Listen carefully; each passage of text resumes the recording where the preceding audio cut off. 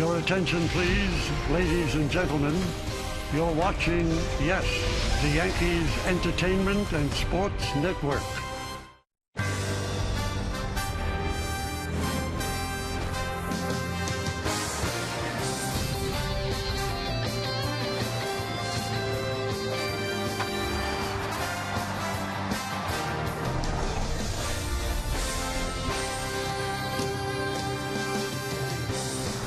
Beyond these fences is the future. That's right, the future of baseball. At Heritage Field, they dream about playing at Yankee Stadium, but for Phil Hughes, the future is now.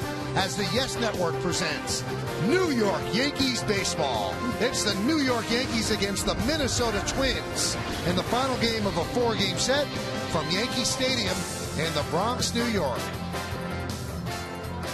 Hello, everybody, and welcome to Yankees Baseball, along with John Flaherty and Al Leiter. I'm Michael Kay. Well, the Yankees have not played well in this series. They've lost 2 out of 3 to the Twins, so they need a win tonight in order to gain a split before they head out on the road. Last night, Hiroki Corona, coming off a great home opener, just didn't have it, John. He didn't have anything last night. He tried to come out last night and establish his fastball early, and the Minnesota Twins were ready for it. Joe Mauer slices one the other way. That's going to find its way into the seats for an RBI double. And then Justin Morneau gets a first pitch heater right down Broadway, and he hammers it into the bullpen in right field, the Yankee bullpen, and he comes back later, a little cutter down the middle, another home run, only 4 1/3 for Corona, 6 earned runs, and 10 hits. Not a good night for the starter. And that's the way it's been for the Yankee starters, John. Not that great. You look at those ERAs, they just jump out at you. Phil Hughes has a 9.00. If it wasn't for the bullpen that John spoke about, or Derek Jeter, they wouldn't be where they are right now. Those guys have carried the Yankees. Let's talk about Phil Hughes. He gets start tonight, Al. He has to pitch better than he's pitched. Yeah, he does. And I think really if you look at his 2 starts, especially the one in Tampa, there was some good moments. I think right now he's left some balls up in the zone. This was the backbreaker here. He ended up giving up 2 runs. The Yankees eventually lost his 3-0. Carlos Pena deposited right field seats. The game here at Yankee Stadium against the Angels was not good. He gave up 6 runs, didn't get out of the 4th inning. Here's a short home run to right field, Chris Iannetta. I think it's really important for Hughes to be down in the zone. He's missing middle of the plate, the little front door slider. Howie Kendrick deposited left field. Down the zone, be aggressive. Can't think about anything other than making pitches. 4 2/3 against Tampa Bay. Got taken out of that game because of the high pitch count. Against the Angels, wasn't good at all. 3 1/3, 8 hits, and he allowed 6 runs. Now, speaking of runs, the Yankee offense has to pick it up. Lately, a couple of guys have started to swing the bat a lot better. Mark Teixeira and Robinson Cano. When we get back, Al Leiter will explain what they're doing. That's next, right here on Yes.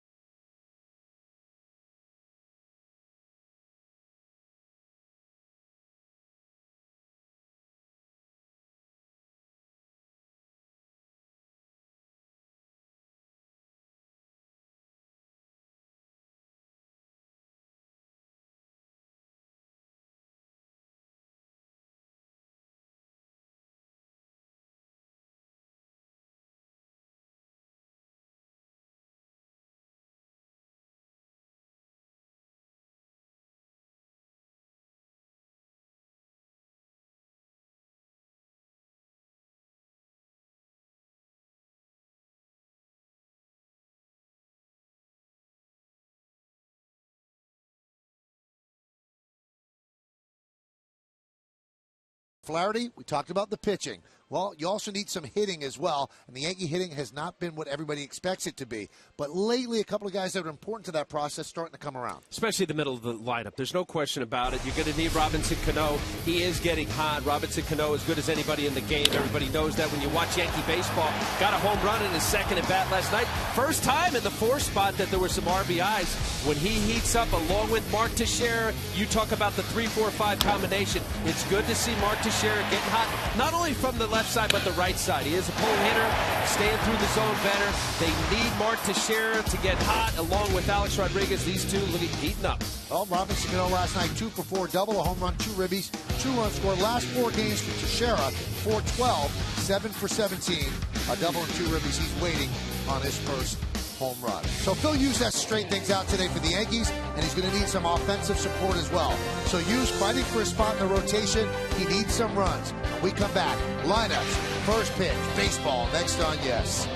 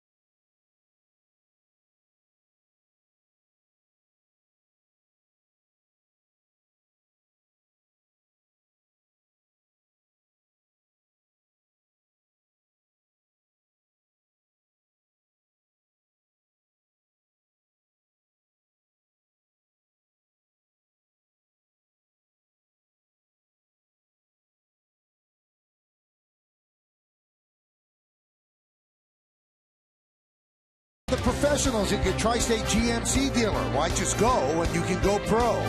By J&R Music and Computer World. And by Acura. Acura Advance.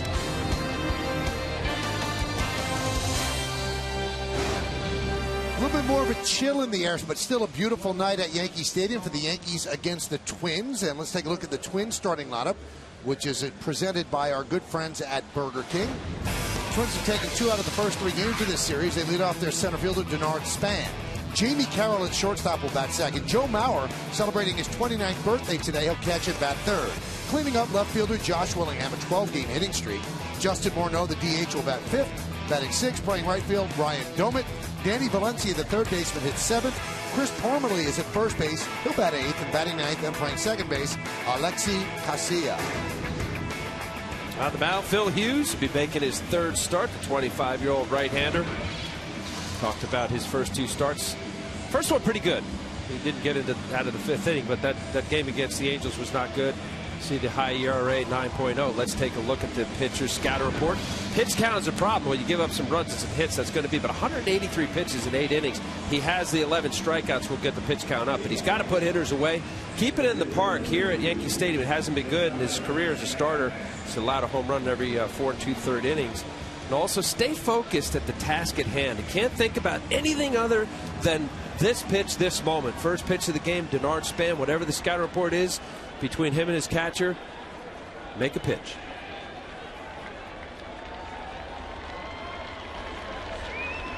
So we are ready as Denard Span digs in. The Twins are 4-8. The Yankees are 6-6. Phil Hughes gets the sign from Russell Martin, and let's do it here in the Bronx. First pitch is up and away, and we are underway.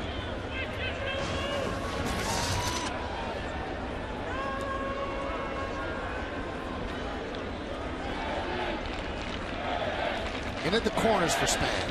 And shows bunt takes a strike. Obviously, what Al says is the blueprint to perform. but it's awfully hard to turn off the noise in your head when you know Andy Pettitte is a couple of weeks away and somebody has to lead the rotation, because Andy Pettitte did not sign to become a relief pitcher with the Yankees. When he gets called up, he's going to start. So we know there are two sure spots, Kuroda and Sabathia. Everybody else has to perform. You know what that is? That's mental toughness. You're right. It's not easy. What's going on between your noggin? How you think? Uh-oh, not with Denard Span here. The other night, Greg Gibson threw him out. Broken bat. He broke his bat taking a pitch.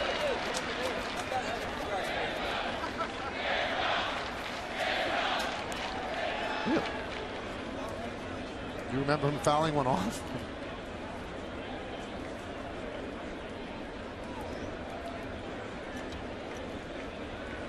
Odd.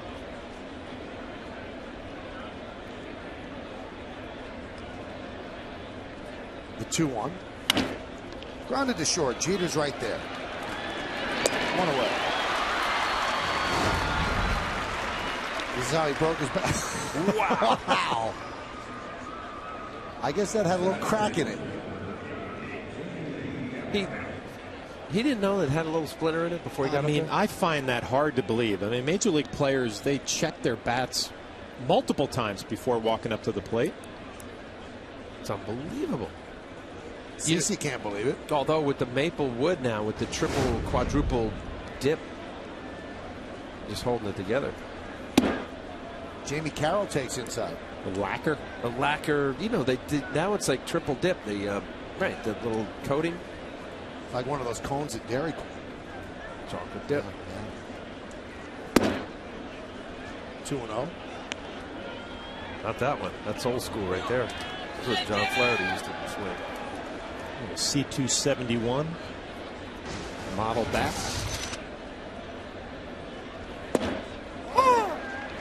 Home plate umpire is Vic Carapazza. The troubling thing is, guys, I mean, Phil Hughes goes to spring training, has a big spring, wins a spot, everything's looking good, and then all of a sudden 2 starts. There's a base hit out to right field. Carroll makes the turn, and he has a 1-out single. Why don't we check out the Yankee defense, brought to you by your Mercedes-Benz Tri-State dealer. In the outfield, Ibanez, because Gardner went on the DL. Granderson and Swisher, that's left to right. Infield, A-Rod, Jeter, Nunez, Cano's the DH today. Teixeira behind the plate, Martin. Teixeira's at first, Martin's behind the plate, Phil Hughes is at. You know, when we do spring training games, we're always talking about, you know, guys want to get hot at the end of spring training. So you go into the season and you're ready to go. Phil Hughes had no problems in the spring. And Al, I wonder, you know, how you feel about this. He comes into the season, 2 starts, ball 1 to Mauer, and struggles. Now you got to find a way to make an adjustment when you really hadn't had to do it all spring. You know, and that's where you have to fight yourself and say there isn't anything wrong. If you go back to your problems, and you know he's given up 3 home runs. That the game against the Angels here, his last start, 6 runs. You know, that's one of those where you put aside. The first game, yeah, didn't get any runs. They lost 3-0. Pitch counts have been up. But that, you know, John, you make a good point. You work on certain things in spring to say whatever it is. In the case for Phil, it's about his secondary pitch, especially his changeup. He's got a good slider, good curveball combination. So you come out of it, it's 2 starts. But as you say, Michael, you know, how you keep it out of your head is the hardest part. There's a changeup there. Well, you know, talking to Larry Rothschild, the pitching coach, he said there's nothing wrong with his arm. There's nothing wrong with the velocity, which has always been a big topic of conversation this spring. He was a little concerned with maybe some of the pitches and timing of pitches weren't the best. We'll pay attention tonight and look for pitch sequence.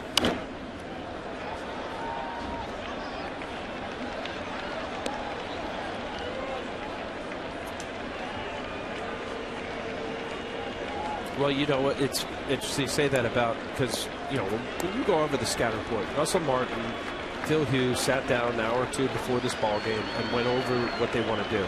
Phil Hughes had the luxury to see the Twins hitters for 3 days in a row, watch some video, saw what Morneau has been doing. Mauer had a good first night here. But when your fastball, curveball, slider, which his slider is really a cutter, and occasional changeup, you know, that first inning, as we saw with Freddie Garcia, and even CC struggling early, you want to find that pitch, especially secondary. That's a slider here. Nope, he wants to go fastball away.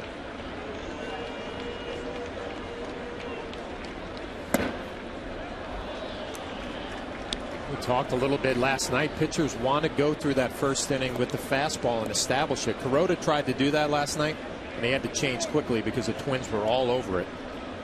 This will be a telling pitch right here. 3-2. You got to expect Carroll is going to be on the fly. Is Kuroda watching? Phil Hughes going with the fastball again. We'll see if he has enough to get it by Maurer. Runner goes. Foul back. He just has not had that put-away pitch all year, and that's why he's averaging 22.9 pitches per inning. You know what? I think this is a perfect illustration. Watch where he wants this ball. This is a very good hitter in Joe Mauer. That he missed it. Mauer ended up committing on a pitch that was ball 4. But when you miss your location that much, especially to a guy like Mauer or Murnau and even Willingham, they're going to hit it hard. He missed by a full plate. Wanted to be inside, ended up and away. Runner goes again. Grounded up the middle. Nunez throws the ball high, and Mauer reaches first on the E4.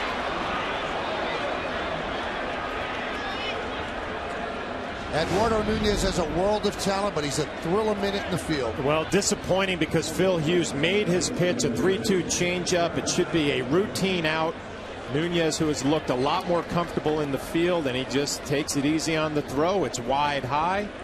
Mark Teixeira has to come off, but you give Hughes credit. He executes perfectly on a 3-2 count, gets the ground ball. There's nothing to show for it because of the error.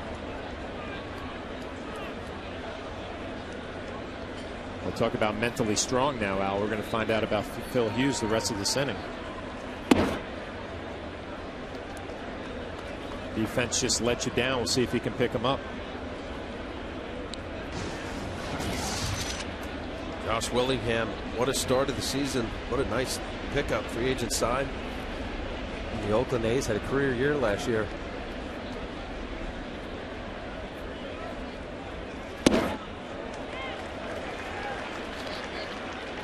Right on top of the plate has been pulling the ball primarily.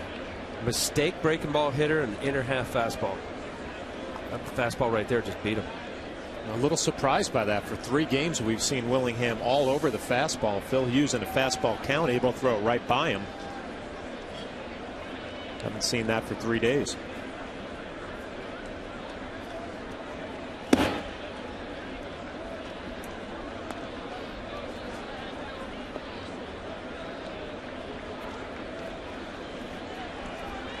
Phil Hughes has been behind in the count to hitters in this inning. Every batter so far. Tough to pitch in the major leagues when you're behind 2-1 to the middle of the lineup. That's a good one there. Little tilt, different than the one before. Got around the previous slider was flat. Watch the ball go down right at the very end. Kind of a bigger break than we're used to seeing, right? Usually it's a cutter, maybe a little harder and shorter. That looked like a little bigger break. That looks like a true slider. Yeah. Maybe an adjustment being made. Chase high fastball here. What are you calling? You know, Phil likes to throw that fastball up. We really haven't seen the curveball yet. You wonder if he's going to break it out to a power right-handed bat. Go through the sequence.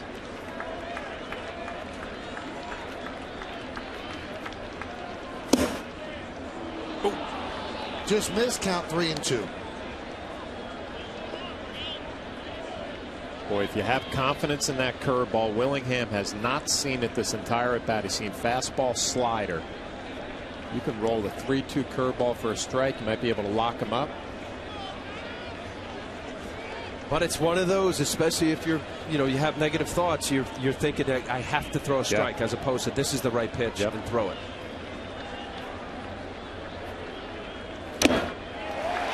Nice fastball, 94 by you. Foul tip, held on to by Martin.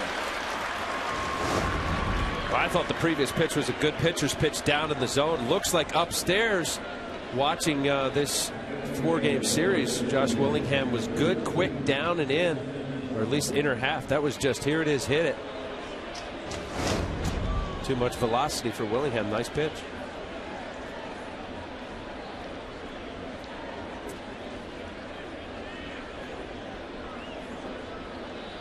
Here's Morneau, 5 for 9 in this series.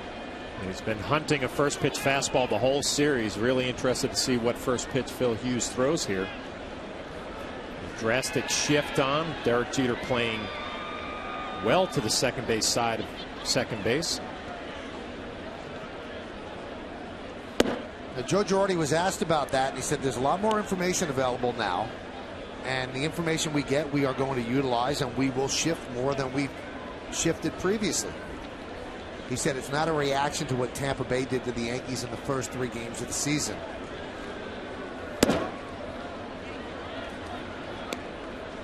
Well, pitching him away. First pitch fastball off, second pitch a changeup. See the numbers in the series: 5 for 9, 3 home runs. Good numbers against Phil Hughes, 2 for 6, and those 2 hits are 2 home runs. Obviously going to be very careful here in the first inning. Count 3-0, and you can see again something that is bedeviled Phil a lot. The high pitch count. The first game against the Rays, that's why he had to leave the game before he completed 5. He had a high pitch count. Yeah, but you know what, Michael? Look, here's a guy that has just worn out the Yankees here at the new Yankee Stadium. 7 home runs in 12 games. You go into this at bat, it's hit my pitch, stay away. You got the short porch and right. If you walk him on 4, I'll take my chances with Ryan Doman. But there's a consequence for every decision you make in baseball. Joe Girardi decided to give Cano half a rest and DH him and put Nunez out there. That error by Nunez is forcing Hughes to throw these pitches he might not even have to face more now. Okay, I'm sorry. I thought just in this at bat that it was clear to me that he was pitching around him. Oh yeah, no, look, you can't give away outs. I don't care against Minnesota Twins or the Texas Rangers, whomever. It's a big league game. Here's Ryan Doman. There's a strike, 93-mile-an-hour fastball.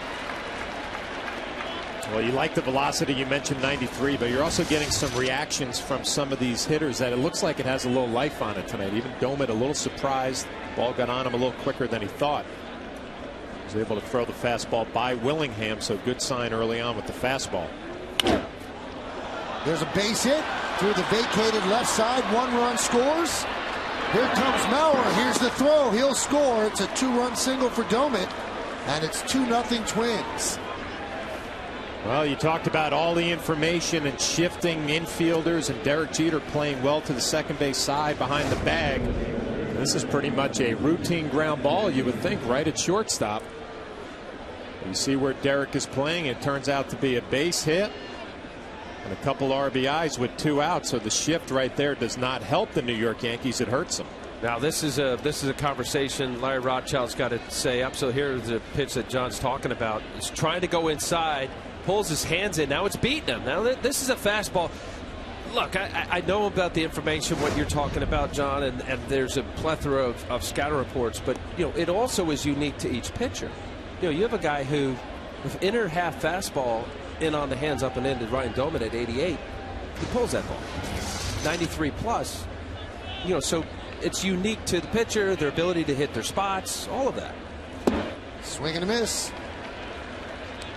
Well, you watched the replay of that swing, Al. I mean, it looked to me like Doman was saying, you know what, you're going to give me the other side of the field. I'm going to block it off the other way. Danny Valencia just get a little slider down the way. Another strike. Here's a look at the swing. Fastball inner half, and he just tried to stay inside and fight it off the other way. Yeah, he was a little late, but I think the approach was, you're giving me a hit the other way, I'm taking it. That's great. Yeah, I think you're right. Driven out to left field. Ibanez back. It's going to be over his head and go to the wall. Morneau scores. Doman rounds third. He will score. It's a 2-run double for Valencia, and it's 4-0 Twins.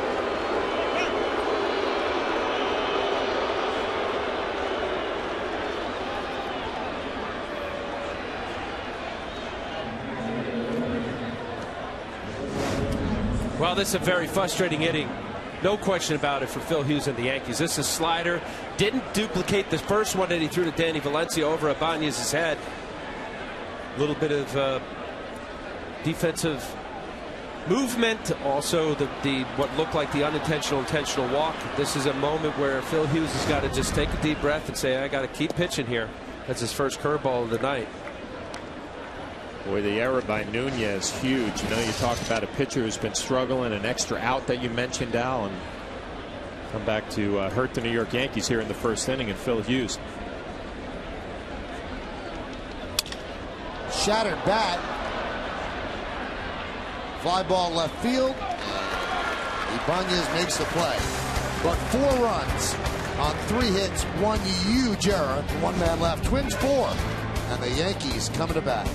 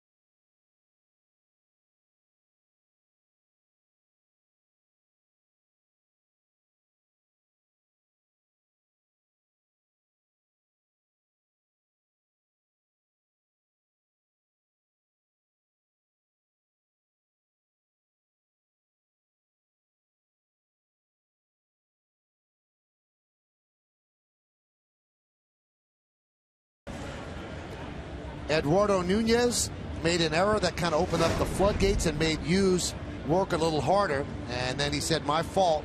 And he's angry with himself. Good kid, great athlete, but he is sometimes a little bit shaky in the field. But the Yankees love his play and love the body of work that he can give them. And they try to get him in as often as they could. He made that error in the first game or the second game in Tampa.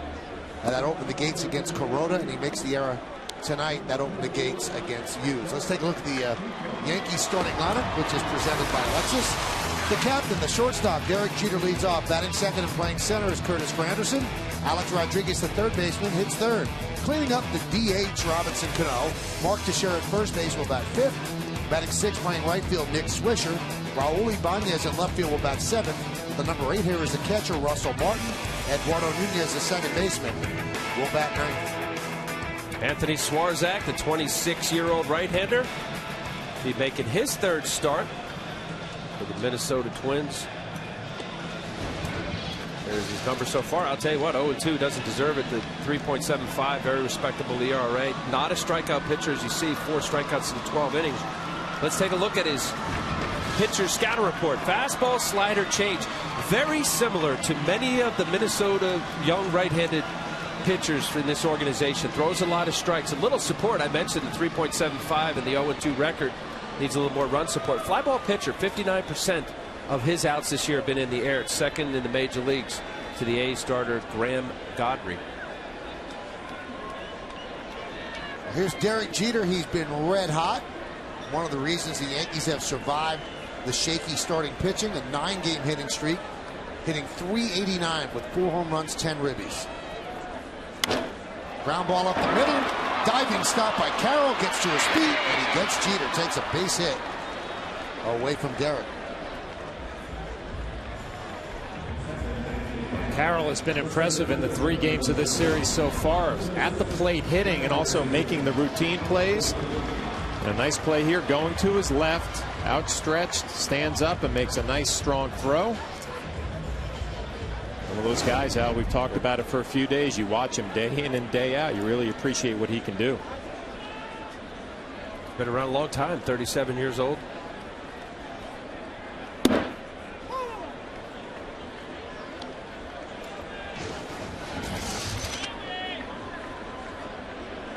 Yankees still looking for Granderson to break out. 5 for 23 on this homestand.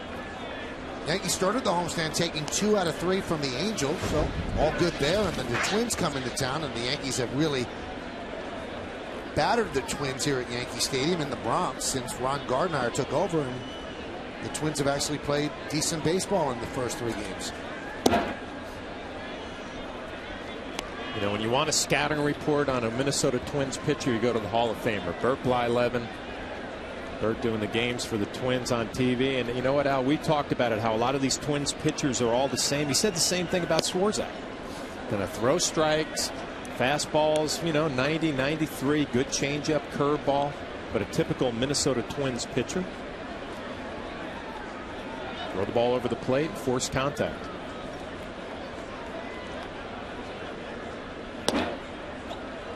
Not like Burt. Curveball, nasty curveball, Burt Blyleven. Finally, all the years of being on the ballot, Hall of Famer.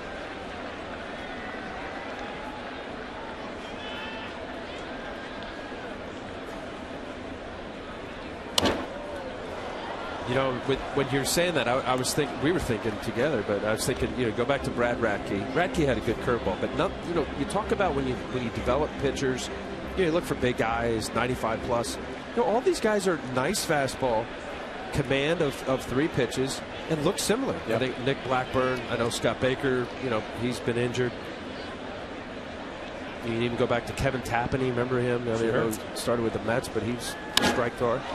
High drive, deep right field. Dome it back, looking up. See ya! Home run, Granderson. Yankees on the board. It's 4-1 Twins.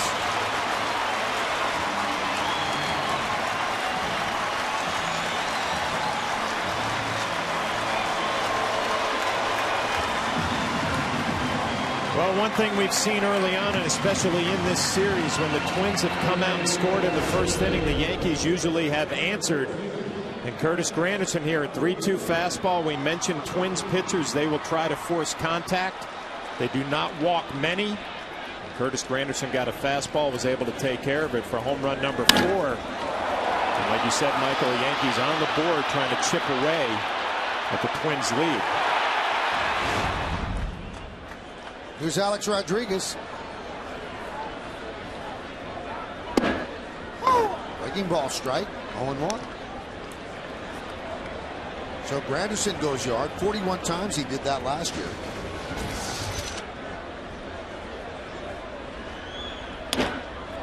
Line drive right field. Bowman had to play very deep, so it dunks in front of him for a base hit. Why don't we check out the Twins defense, brought to you by your Mercedes-Benz Tri-State dealer. Since we've already seen Bowman in right, we'll go the other way. Smans in center, Willingham is in left. Go around the infield the other way. Valencia, Carroll, Casilla, and Parmalee third and first. The birthday boy, 29-year-old Joe Mauer behind the plate. Swarzak is on the mound.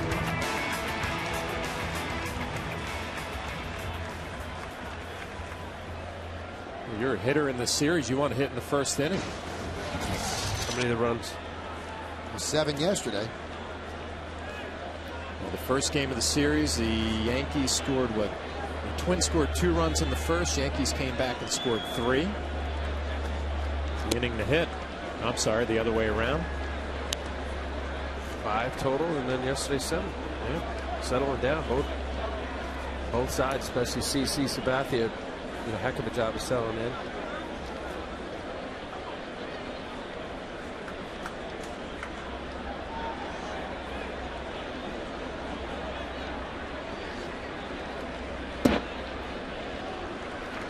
Tonight's closed captioning brought to you by Lexus.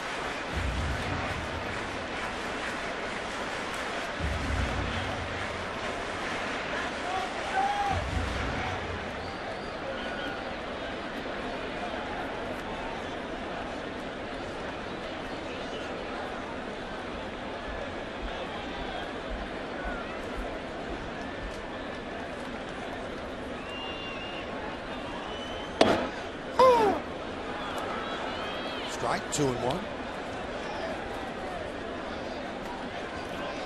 Cano yesterday had 2 hits in 4 at-bats. Picked up the Yankees' first cleanup RBI with a double in the first and had a home run in the third. He was 2 for 4.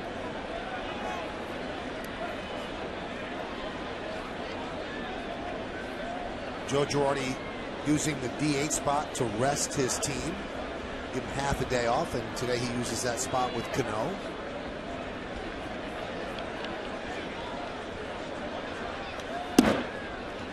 Now with the injury to Gardner, you're going to see Ibanez playing the outfield more. So that DH spot is actually opened against right-handed pitching as well. Twins have scored 10 runs in the first inning this series, so they've gotten off quickly. Yankees did make a roster move. They called up right-handed pitcher Cody Epley to take the place of Gardner, who went on the DL for 15 games. 15 days, not 15 games. That one is driven out deep to left field. Willingham back. He's on the track. He'll make the play in front of the scoreboard. Alex Rodriguez will head back to first. Cano gave it a ride the other way for the second out.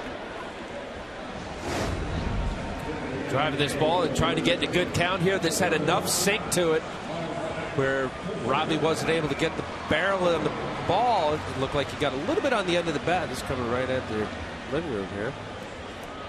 Almost to the warning track.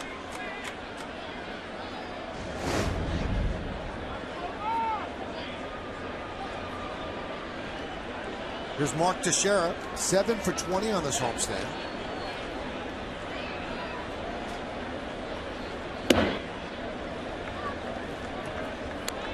Look at the game time weather presented by Bigelow Tea.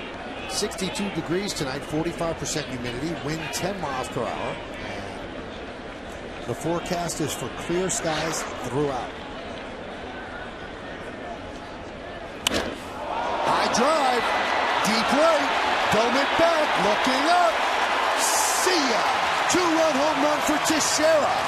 Twins 4, Yankees 3.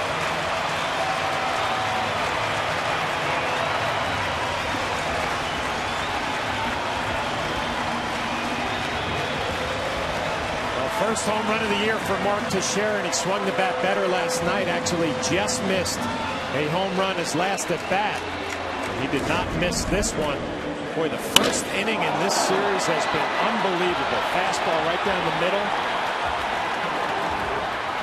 Mark Teixeira takes care of it. A 2-run shot.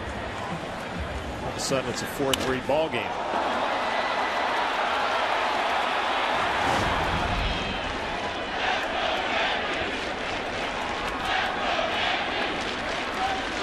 Here's Nick Swisher.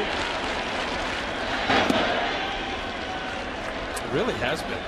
You mentioned the first game at 5 runs, last night 7 runs. Yes, in the second game, CC Sabathia and Francisco Liriano was scoreless in the first, but there was some scoring early on.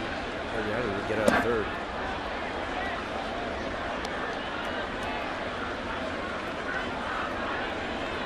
Talk about first impressions. 19 first inning runs combined for these two teams in this series.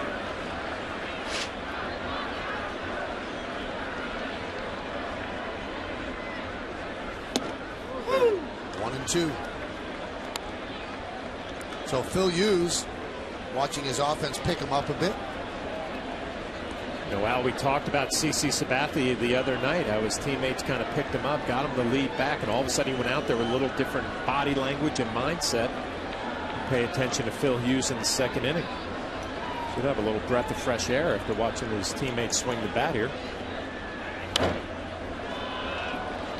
Yeah, there's no question, especially the way that inning played out. The Nunez error was huge. It wouldn't have been any runs scored had he gotten that out.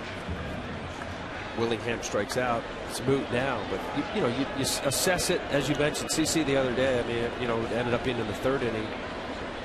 The Yankees ended up scoring in the bottom. He gave up 2, and he did have a look of like, okay, enough, right. 1-2. Obviously, Hughes loves the runs, but after having a 30-plus inning, half inning, it's good to have the rest as well. Sit there and just gather yourself a bit.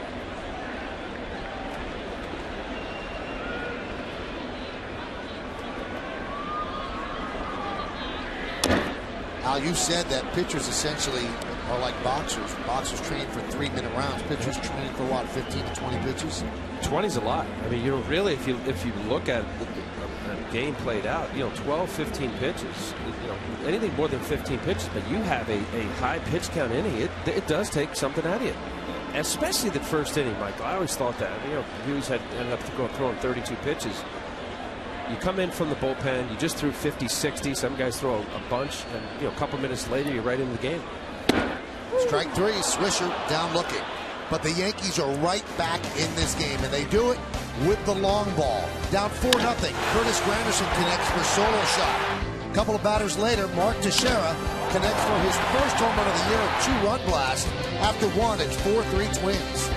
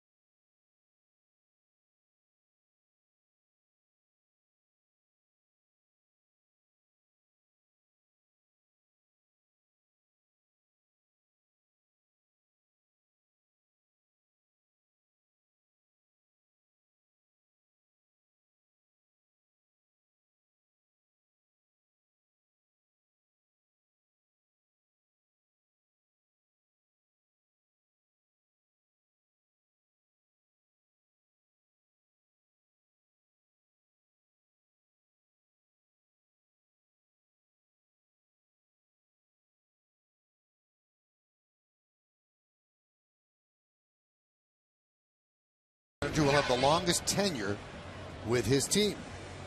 Here are your choices. You can text your vote to 42951. Ozzie Guillen with the Marlins, Mike Matheny with the Cards, Dale Swain with the Cubs, Bobby Valentine with the Red Sox, or Robin Ventura with the White Sox.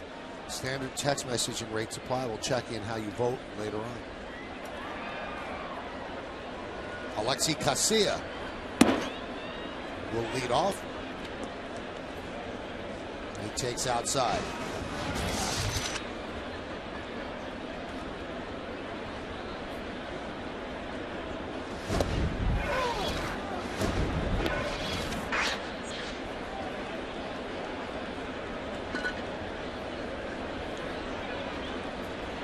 Nine innings this season and 3 starts, 215 pitches. Ground ball up the middle.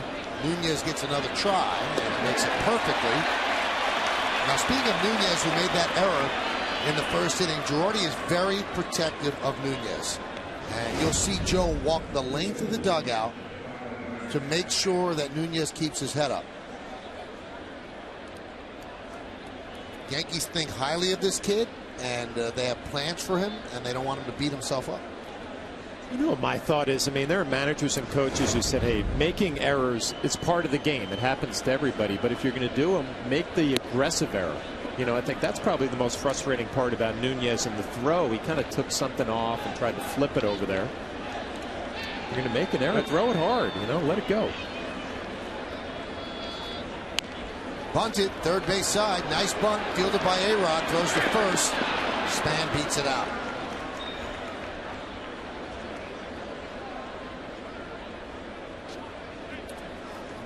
Span, obviously a quick runner. His speed on this Minnesota Twins offense. Alex just wasn't far enough, and he's baited him in. Thick grass here at Yankee Stadium. Nice bunting to deaden that ball, put it slow enough to where Alex had to be quick coming up. Too much speed from Span. Base hit.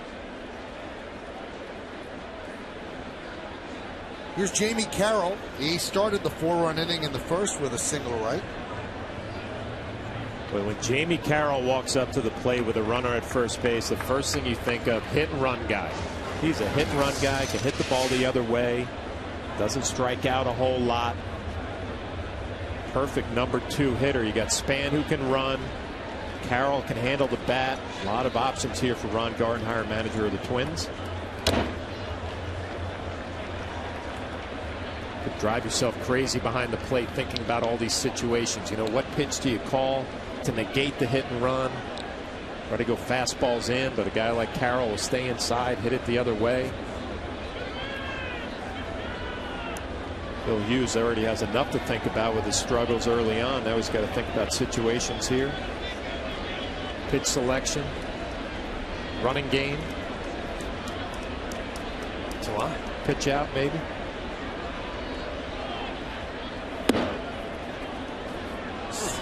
Denard Span dancing off of first. Going. He's looking to go. Phil waited long enough, but as a right-hander, sometimes the peak, you can't get a good peripheral looking over at your first baseman. Horns one, usually a throw over to first. A couple of different signs catchers will use. Sometimes they flick their thumb for a throw over to first. Other times, as we saw Russell Martin there, the horns one.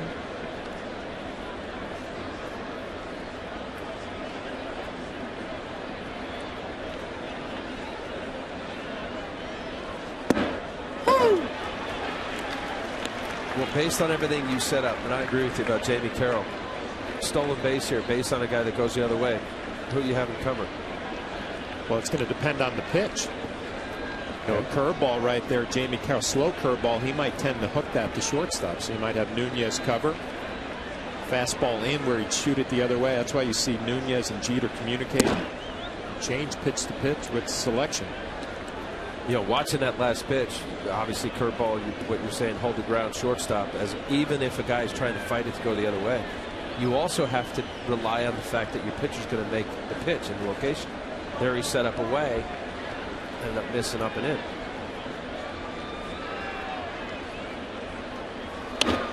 Grounded to first. Tough hop. Teixeira gets the force at second. Back to first, not in time. Not many first basemen have the arm and the confidence in the arm to make that throw and get Span. But Teixeira did. Well, you're 100% right, Michael. I mean, a little in-between hop, and he turns and makes a good throw to Derek Jeter, giving him some room to make a return throw. A lot of first basemen would take a look at second, then just take the easy out at first base. You'd have a runner in scoring position, not Mark Teixeira.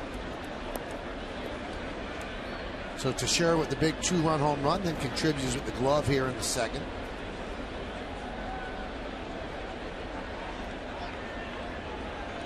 Here's Mauer. And a strike. Phil Hughes throwing some good curveballs here in the second inning, able to throw it for a strike to get ahead in the count on Joe Mauer.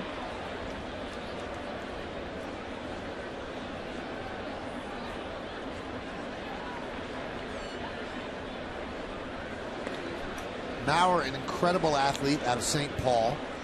He's actually the only athlete ever to be selected as the USA Today High School Player of the Year in 2 sports. Football as a quarterback in 2000 and baseball as a catcher in 01. He had scholarship offers to play quarterback. Decided to sign with his hometown team. That was at Creighton High School, right? It was they had a few quarterbacks go through there. Chris Wenke, Florida State.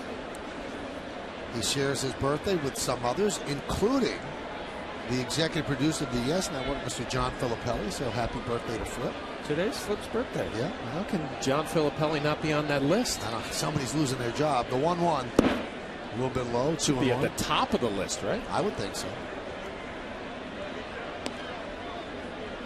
Happy birthday to Flip and Joe Mauer.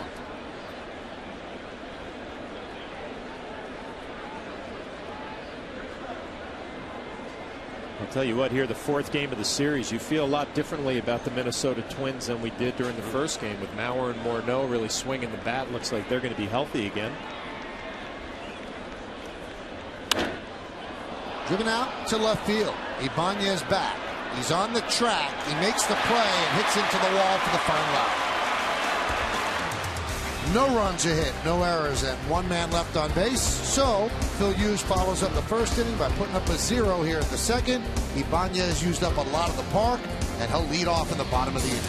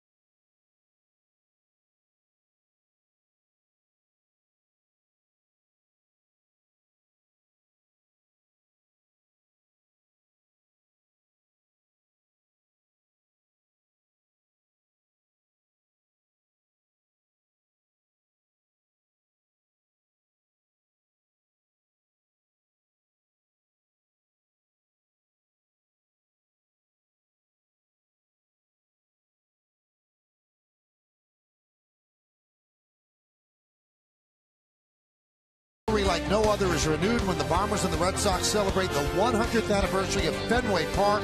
Complete coverage of the ceremony starts at 2 with an extended Tri-State Court pregame.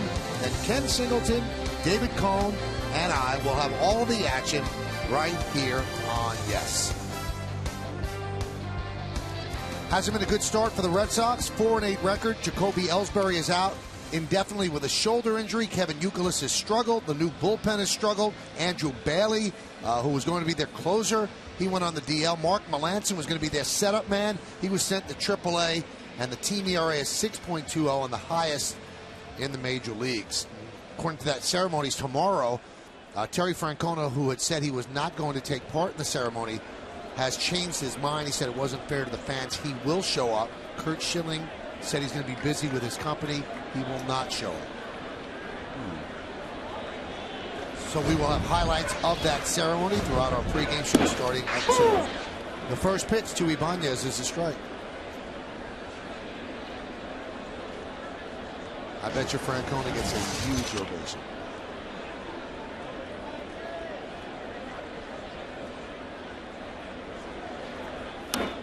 And Terry was kind of upset and turned it down originally because when he was let go, there were stories in the paper that many people felt were leaked by people in the organization that were less than flattering about Terry. And he said he was not going to go. It was still too raw. But some friends convinced him. I think you should do it. I get that. I'm happy he's thinking about the fans who want to see him back. You know, but I know as players, Al, you know, when teams don't want you back, it hurts for a while. I get both sides of it. Somebody said, hey, look, this is less about whoever said whatever that upset you within the organization. There's a lot of people who like what you did. Strike 3, Ibanez down looking. Hey, the finish to the Red Sox season in Terry's 8 years in Boston, not good. 7-20 in September, blowing that lead to make the playoffs. But he slayed the Dragon. He won 2 World Series. They couldn't win a World Series there since 1918. He did it twice, and he will go down in Red Sox lore. He's a gentleman. He's well liked, and he deserves to get that respect and love from the crowd that never had a chance to say goodbye. Well, do you think it's going to be compounded, of course, with the 4-8 start? Oh my goodness. I don't think Terry coming back is great for Bobby, because if you remember, when Billy Martin came back after being fired the first time, New York fans loved him. Bob Lennon did not receive as warm an ovation as he would have. That one's popped up by Russell Martin for the second out. So Bobby's team is struggling, and the guy who won 2 World Series is coming back. It'll be interesting to see. So a lot of storylines tomorrow will be all over. You know, and Terry Francona, pretty much the ultimate player's manager, would never criticize a player to the media. Right. Always had their back, and obviously Bobby Valentine a little bit different with that philosophy. Here's Eduardo Nunez. Well, you're going to have a lot to talk about tomorrow, Mike. A lot of storylines there. Nunez batting ninth, playing second base.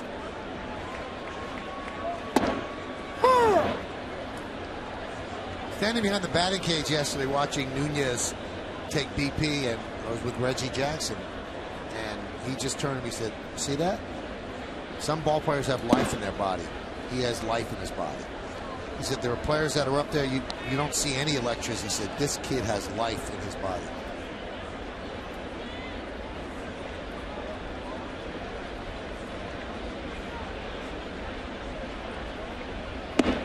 You mentioned anything about RPMs? RPMs. Just, you know, I was listening to Reggie today about how the speed of the bat, he calls it RPMs. RPMs. Wow, revolution per minute. But, you know, he, along with what he was talking to you about, Michael, about just the whip of the bat, Reggie has a reference to RPMs, the bat through the zone. Did he say Nunez had good RPM?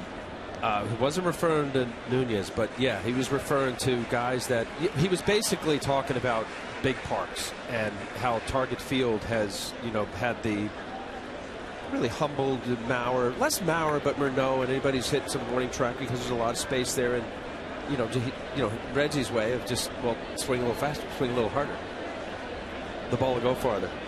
I guess it was easy for Reg. I was going to say, I wish it was that easy.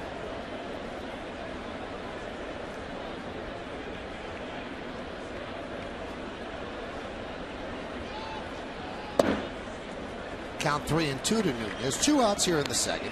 Twins 4, Yankees 3. Well, Michael, nobody's ever going to question Nunez and his ability, especially offensively, running the bases. He's an exciting player, but you got to get to that point where the feeling is he's going to make the plays in the field. You know, that it becomes routine, because he really could be such a special player. Foul ball. Was it fair to say most of his, I don't know, I wouldn't even call it mental errors, but yeah, I would call that a mental error. It was a throwing error, but he was very casual. Tentative, casual, flipped it. But isn't it really about his throwing? I mean, throwing the ball. Last year from shortstop, from the beginning of the year especially, it was. But the error he made in game 2 was he just booted a ground ball. It wasn't a throw.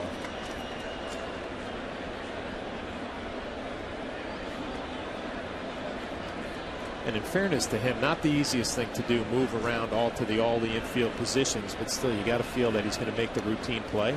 That one is driven out to deep left field. Willingham back, and he's going to play it one hop up against the wall. Pretty good RPMs there as Nunez doubles with 2 outs. That'll bring up Derek Jeter. Well, Derek Jeter's gotten off to such a great start that we have to do a Home Depot hitter scouting report on him. 21 hits and 4 home runs, which matches the most hits, most home runs through his first 12 games in his entire career. And what a different year this year is. He didn't hit his 4th home run last year until July 25th. And he's 1 hit behind Hall of Famer Dave Winfield. Needs 1 more to have 3,110. He's stuck on 09 right now. That would be 18th place all time, the Hall of Famer Dave Winfield. Could be this at bat right here. His idol, right? Yep.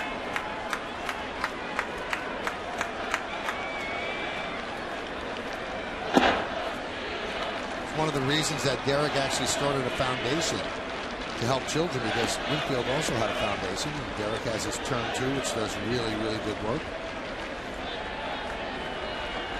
Garcia talks things over with Swarzak.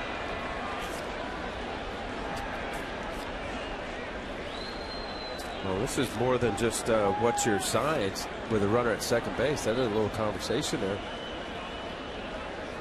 Can't imagine Casilla giving Swarzak a little scatter report from his position. Well, here's a scatter report. Jeter can hit the ball the other way. He's done it his whole career.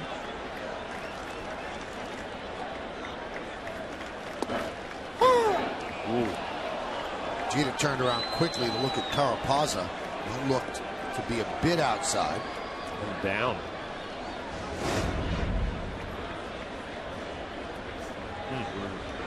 Right on both. That's a different way of questioning, right? A little smile. And he hits to right for a base hit. Nunez rounds third. He's coming home. Domit's throw, not in time.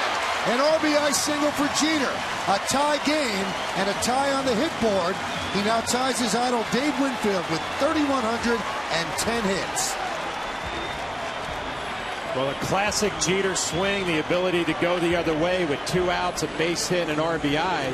What I like about this, he stays at first base.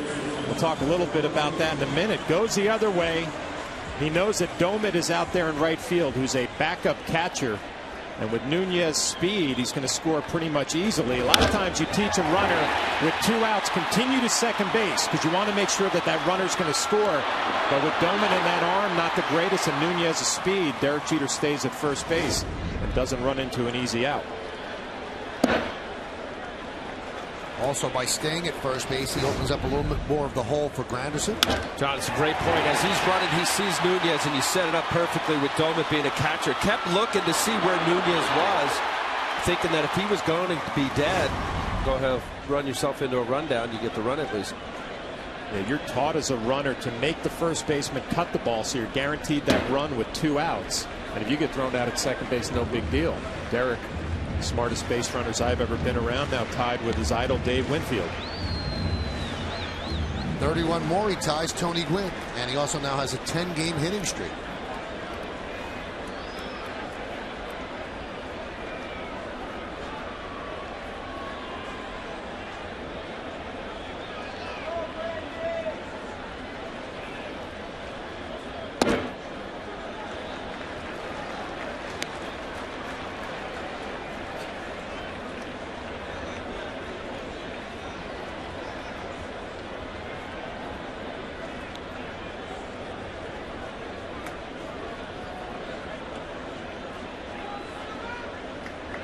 3-0. 3-1.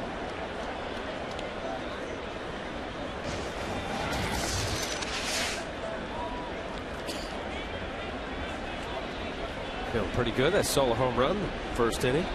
Pick a spot here if he gets it.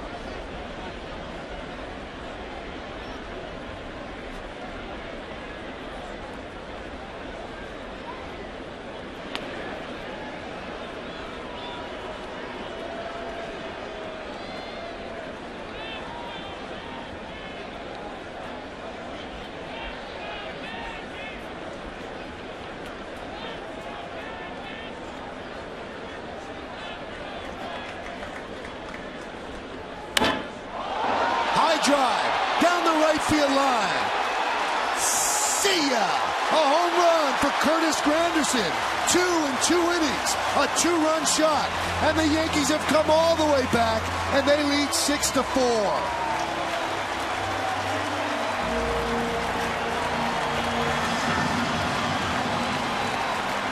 Well, you talk about feeling comfortable getting in the groove. First at bat, got a fastball.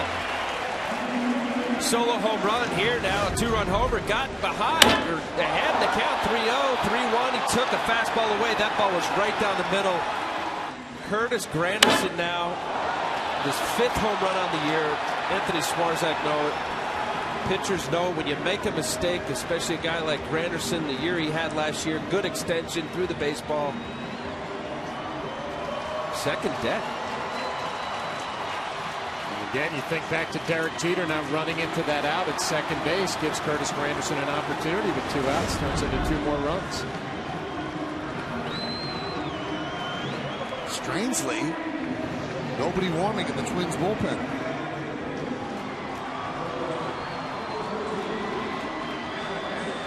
Some stirring there now.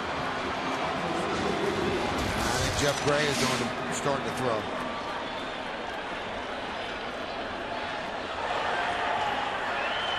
But just starting now.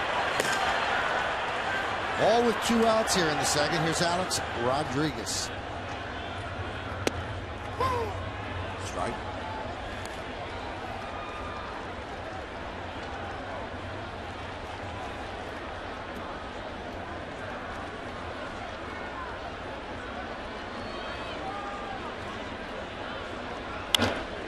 Base hit for A-Rod. He's 2 for 2.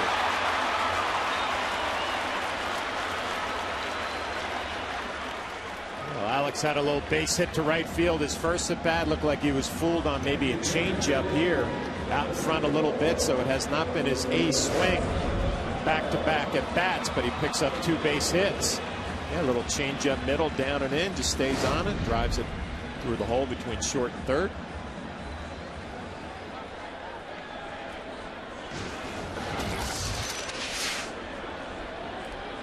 Here's Cano. Flat out to deep left in the first inning.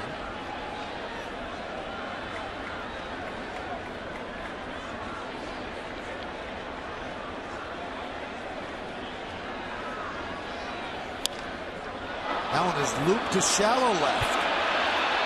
What a play by Carroll for the final out of the inning. Covered a lot of ground, made the dive and made the play. But the Yankees retake the lead. 3 runs on 3 hits. It might have been more if not for this play. And a second home run for Curtis Granderson after 2 innings, 6-4 Yanks.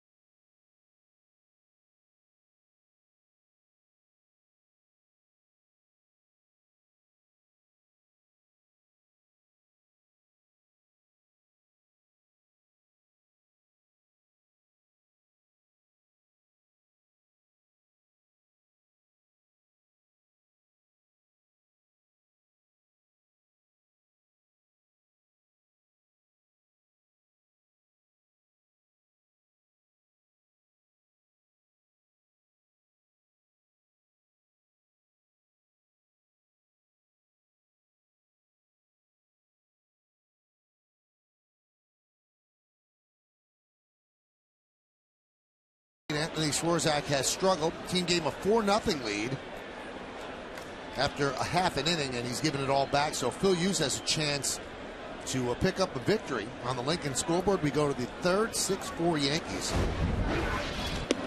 Pitch to Willingham is high.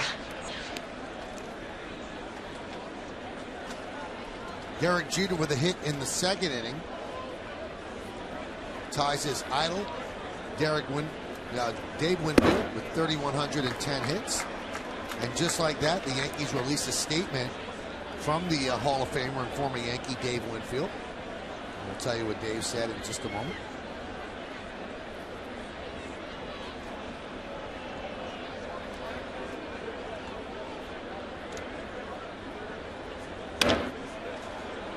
Winfield says, I always enjoy watching Derek Jeter play because he's a model of consistency both in the field and at the plate. I finished my career with 3,110 hits, and I have only admiration and respect for Derek.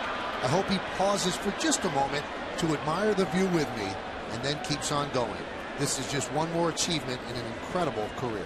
Nice.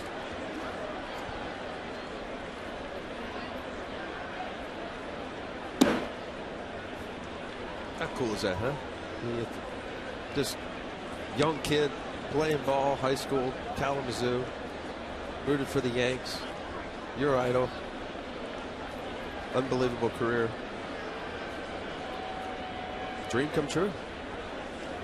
Well, the storyline is incredible. I mean, if you ever get a chance in your life to meet your idol, you think it's a big deal. But then to surpass what your idol's done, that's pretty rarefied air.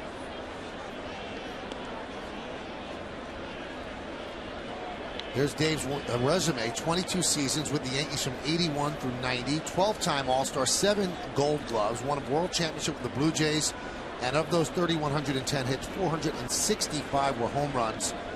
He made the Hall of Fame in 2001. I'll tell you what, I remember a kid catching in the big leagues and Dave Winfield walking up to the plate, talking about intimidation. Huge man who hit the ball as hard as anybody I'd ever seen. And then you get to meet him, you know, at some of the functions with the Yankees. Just a gentleman, right? And a classy statement right there from Derek Jeter. We talked about Joe Mauer being a quarterback and a catcher. Dave Winfield was drafted in every sport as Willingham goes down on strikes. 93-mile-an-hour fastball. He was St. Paul, Minnesota, too, as well, right? And he played for the University of Minnesota. Was a basketball player. Pretty good player in the Big Ten. Good pitcher in college. He was drafted in all 3? Yeah. Wow. Just imagine him on the mound. I mean, you know, we've seen the highlights of his career throwing from the outfield, but imagine him on the mound ringing it. Darryl Richard. Yeah, good call.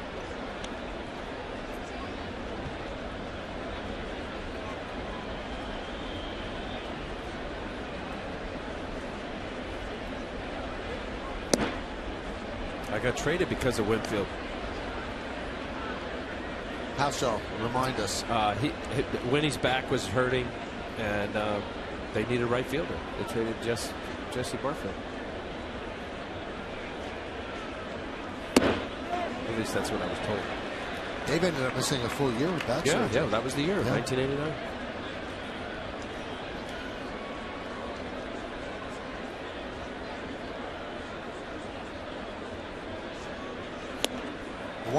One of the things you remember about Winfield, there was such an uproar because he signed a 10-year deal worth $20 million. My goodness, how could a player make $2 million a year? Times have changed. They make that in 1 year now.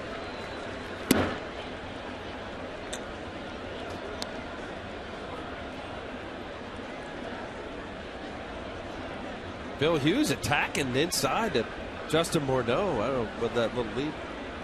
It's like a little curveball here. Skied the other way and out of play. You know what, Al? I was watching the way Phil was pitching to Willingham, and he threw a fastball right by him, and then came back with a cutter slider, and then maybe a curveball or something off speed, and then threw the fastball right by him. So I think a little bit what we're seeing here is some off-speed pitches to make that fastball look just a little bit better and sneak it by him. Like that. He threw a little curveball to pitch before and then follows it up with a fastball. And when we watch location, I don't think it's going to be on the corner. No, this is a here it is, hit it. Yeah. Just by you. What John's talking about, it, especially in a 3-2 count where no fouled off a tough pitch, not looking for a 3-2 curveball, and then here it is at 93. There isn't anything special location wise other than just power.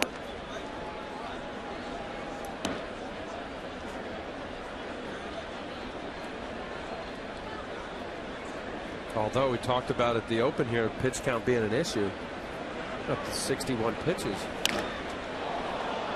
High drive, right center. Granderson, and a 1-2-3 inning for Phil Hughes. So the Yankees give him the lead, and he retires the Twins in order. Mark Teixeira will lead off in the bottom of the third.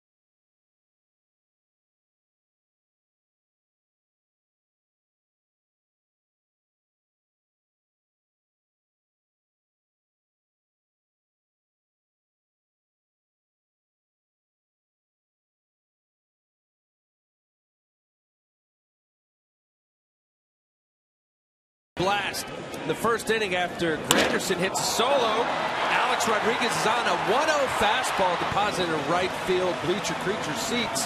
That is your Coors Light cold hard blast. Mark Teixeira is getting hot.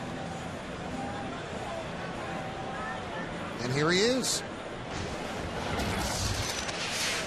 On the homestand, 8 for 21, average up to 283.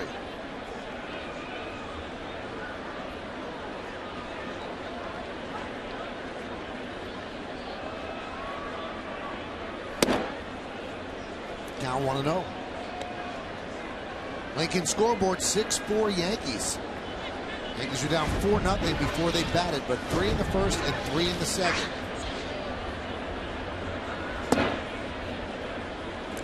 Two 2-0.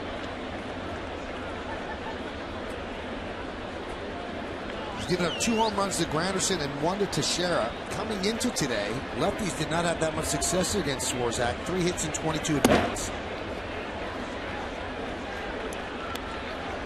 Well, if this is any indication, Michael, of how Anthony Swarzak feels, that 1-0 changeup to Teixeira, he missed. And that's what negates a right-handed pitcher to a left-handed batter and getting them out front. He's missing just enough off the plate.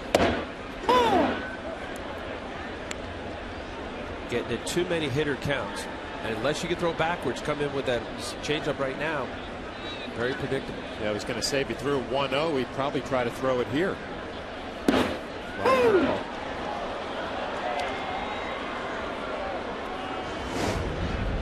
Well, John was saying about a changeup, that ball going inside. Good pitch, strike. Not looking for it. Teixeira looking fastball, pulls a string.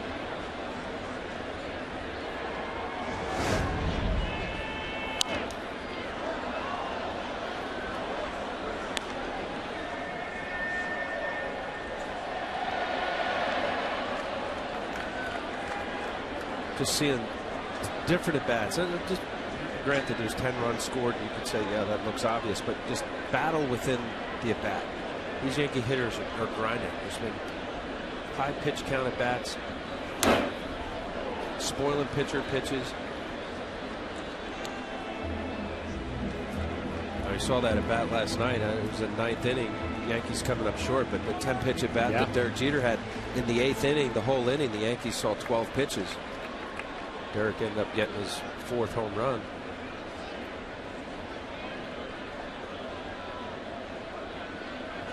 Swing and a miss. Teixeira down on strikes. While the Yankees are hitting the road, or you take the Yankees with you this season. Subscribe to MLB.tv today to see every Yankees out-of-market game live, online, and on your favorite devices in HD quality. Visit Yankees.com to order and get more details. MLB.tv, baseball everywhere. After this game, the Yankees head to Boston. A 3-game set against the Red Sox. Then to Arlington, Texas, where they have a 3-game set against the Rangers. And then back home here to New York, where they'll play 3 against the Tigers. A tough 9-game stretch. Swisher pops one up, shallow center. Carroll called off by Span for the second out. Wow, Span kept looking down at Jamie Carroll. The rule of thumb is that if it's got enough hang time, it's a center fielder's ball. He's coming in on the baseball. Carroll knew he was drifting out far enough. He said, "Whoa, where's Denard? Come on." Could have been a little collision. The right guy caught the ball. Jamie Carroll, huh? A little old school grinder. 290 last year in Los Angeles. Boy, he's fun to watch. Yeah. Man. It's a great diving catch on a looping line drive. Quality at bat after quality at bat. Strike to Ibanez. Ibanez struck out looking in the second.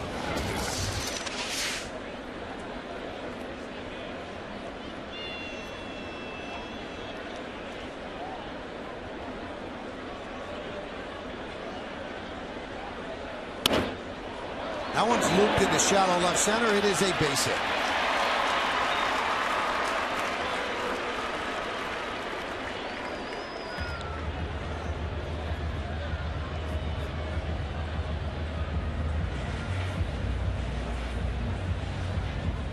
So 1 on 2 outs, and that'll bring up Russell Martin.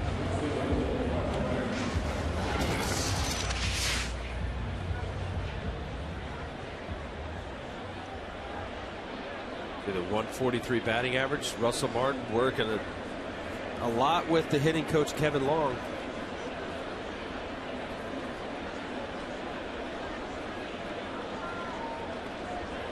Yeah, I wonder, John, I was talking to Kevin, just, you know, how guys during the course of the year or even in their career, we saw with Granderson a couple of years ago, how he changed his swing and the way he finished, 2 hands and all that.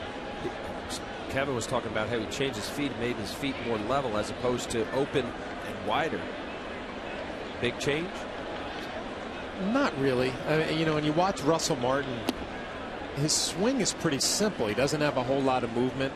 You know, I think opening up a little bit or getting back to where you're close is more of a visual. You know, pick the ball up a little bit better. Almost set yourself up to be successful, middle of the field. But when you watch him from the side, he doesn't stride a whole lot. He doesn't have a lot of movement with his hands. I think it's only a matter of time just before he gets a couple of hits, gets going, maybe some pop behind the plate.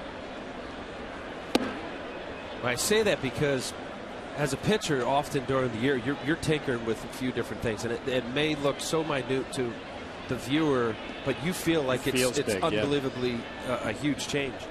But how long do you go with something when you want to believe in it, and then, you know, the results aren't there? You got to be comfortable. Yeah, you got to be comfortable. If you walk up there and say, "Oh, that," you know, I would change things, and right away you'd say that feels good, or no, it doesn't feel right. I'm going to go to something else.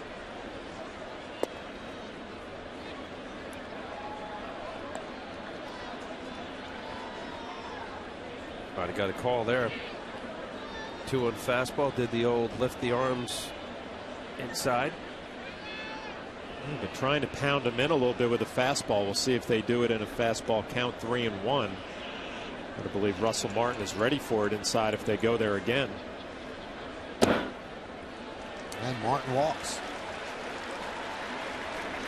So Swarzak got 2 quick outs in the second inning before the Yankees erupted for 3 more runs, and Ron Gardenhire's not going to let that happen again.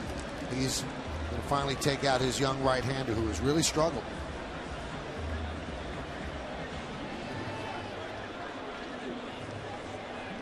So it'll be Jeff Gray. Swarzak will leave after 2 2/3 innings. He's given up 6 runs. The 2 runs on base are his responsibility. Nunez coming up.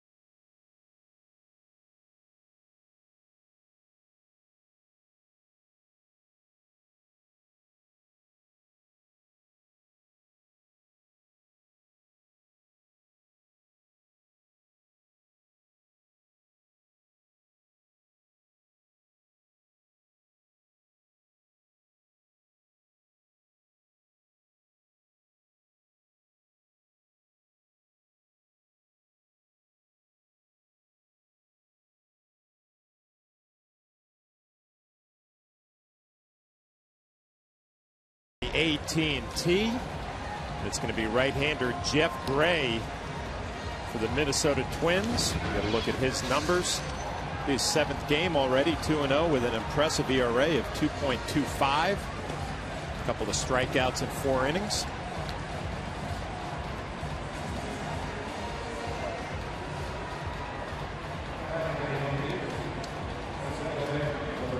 So Nunez doubled. He actually started the rally in the 2nd inning with 2 outs. He doubled, and Yankees scored 3 to take the lead. Now looking for a bit more. 1st and 2nd with 2 outs.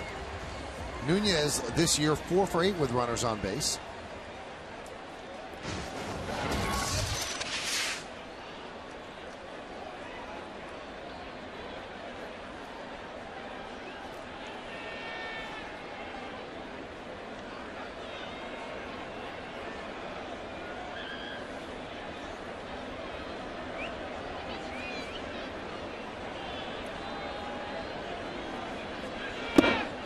There's a strike from Gray. Gray sinker slider. Gray came in on the 2nd game of this series. First batter he faced was Eduardo. Ground ball to shortstop. Went right after him.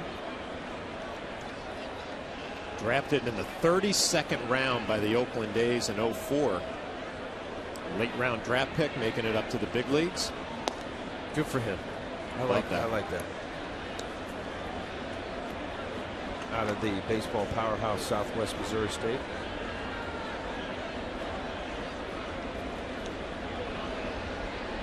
Fight through it, work over the years. You're talking from a scout's perspective too. That's got to be a thrill. You know, you sign a guy in a late round pick who makes it to the big leagues, has a nice career. Nunez pops it up. Long run for Parmalee, and he makes the play. So Gray comes on to get Nunez. No runs, a hit, no errors, and 2 men left. We're through 3. Yankees lead this one 6-4.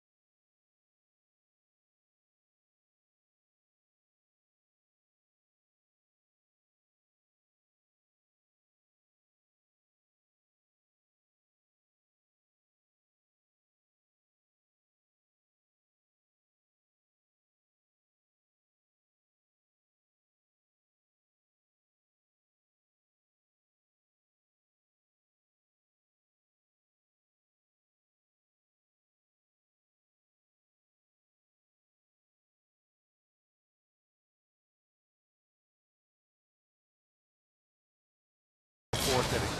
Joe Mauer won the 2009 MVP award. Who are the only 4 catchers in Major League history to win the MVP multiple times? Well, we know 1 for sure. I know 2. Now, speaking of catchers, John Flaherty's 1. I wanted to ask John this question when I heard this yesterday. As Danny Valencia reads on, Feeling incredible pressure right now. Pudge Rodriguez is going to retire. From the outside looking in, for those that didn't do that job like you did so well, he's considered one of the best ever. How good was he? He is the best thrower of a baseball that I had ever seen or played against. And you know, obviously you hear about Johnny Bench back in his prime. I've never seen a man like Ivan Rodriguez throw a baseball. The 13 Gold Gloves, 14-time All-Star. And then offensively, obviously was a different player when he was younger. A little bigger, a little stronger. But defensively, throwing the baseball, there was nobody better. How about Tony Pena? It was different, though. Because, on his knees. Yeah, Tony from his knees. And the flight of Tony's ball would be like a slice, you know, left to right. Fly ball center field. Granderson comes in to make the play for the first out.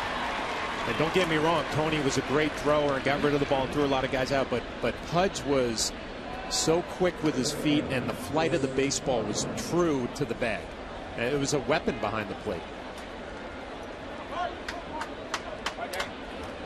And I think, you know what, I'm sorry, but the thing that I liked actually watching Pudge's career translate over the years, he went from a guy with a reputation as a bad receiver and worked with the pitching staff, calling a game was not good and didn't really care about it, to later on in his career, you know, with the Marlins, won a World Series and became a guy that actually worked with the staff and worked with young pitchers and made them better and kind of made that transformation, which was nice to see for me, being a defensive-minded catcher. Grew up a little bit. I know in Texas he called a lot of fastballs, frustrated some of the pitchers because they were always shaking to get to off-speed secondary pitches.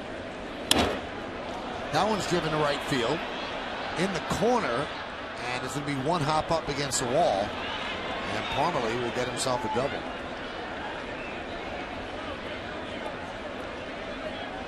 Well, from the outside looking in, John, he had a small, tiny cup of coffee right down the middle there. Well, change up. With the Yankees. And he was a good teammate. Yeah. And he was in all the pitchers' meetings. And was thrown into a very tough situation, being a catcher coming in late during a season and trying to get to know a staff and work with a staff. That's not an easy thing to do. And he had a great attitude about it. Did the best he could. Here's Alexi Casilla.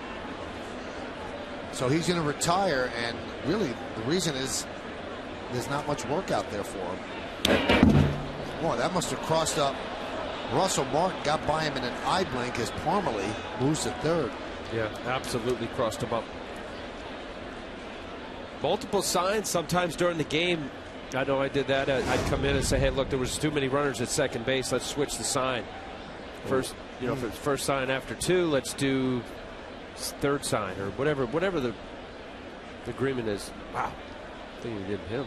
I'll tell you what, the heart rate of Russell Martin is just elevated a little bit. You get so comfortable behind the plate expecting pitches, and all of a sudden you get crossed up and a little shake of the head. Lucky that he did not get hurt.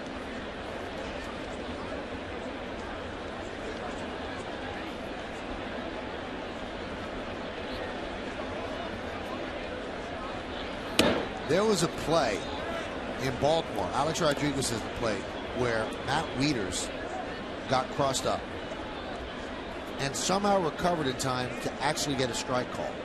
It was an incredibly athletic play. You're waiting for something else, and it ends up being a fastball. And moved his hand blindingly quick to make the catch and get the strike. Ball. Yep.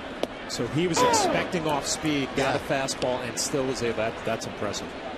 Because you could look fastball and catch a breaking ball. And catch a breaking ball. You're not going to look good doing it, but you'll be able to at least make contact and try to receive it.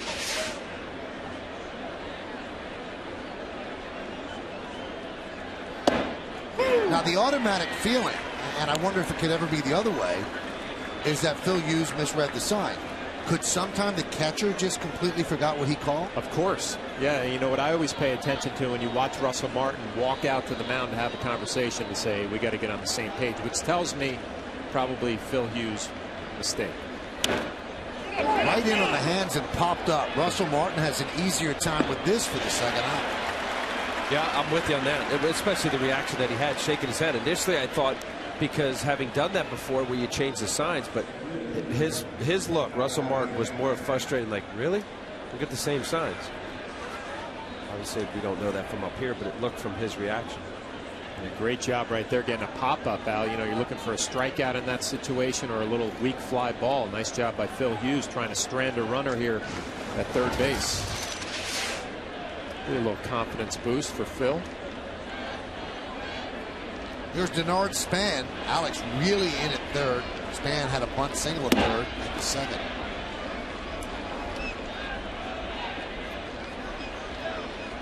You know, early on, Phil Hughes in on the hands up, great pop-up pitch. You're thinking you keep the ball in the infield, shot it, keep it permanently at third.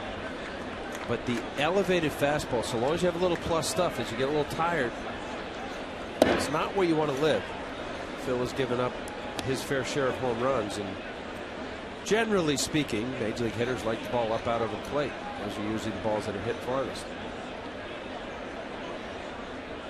I think what's helped, John, is that he's showing two different breaking balls and he's getting called strikes. Yep. The slider and curveball. So he's got a speed variation of high 70s to that mid 80 mark with slider and curve speed.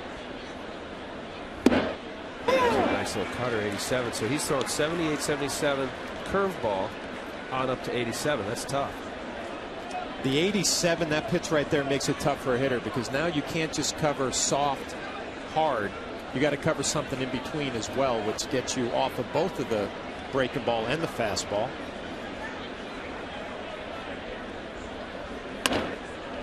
Chop toward A-Rod. He was in, and he gets Span easily. So the double by Parmalee does not hurt. No runs a hit, no errors.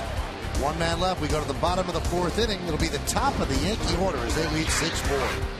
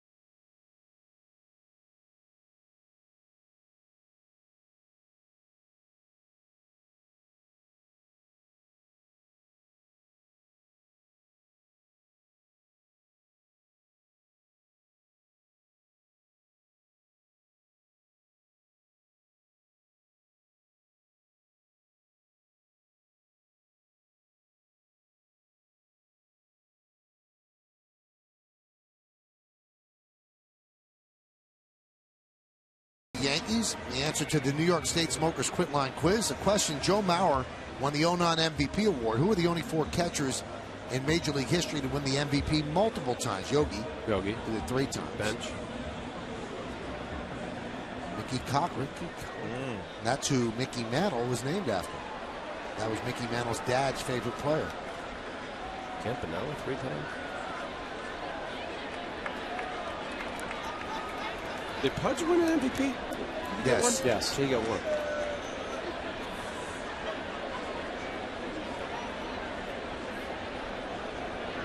Jeter with an RBI single and a run scored in the second. He's 1 for 2. His single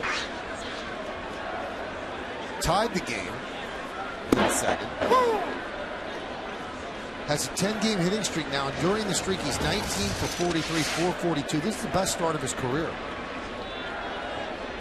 In stark contrast to last year, where he really stumbled out of the gate.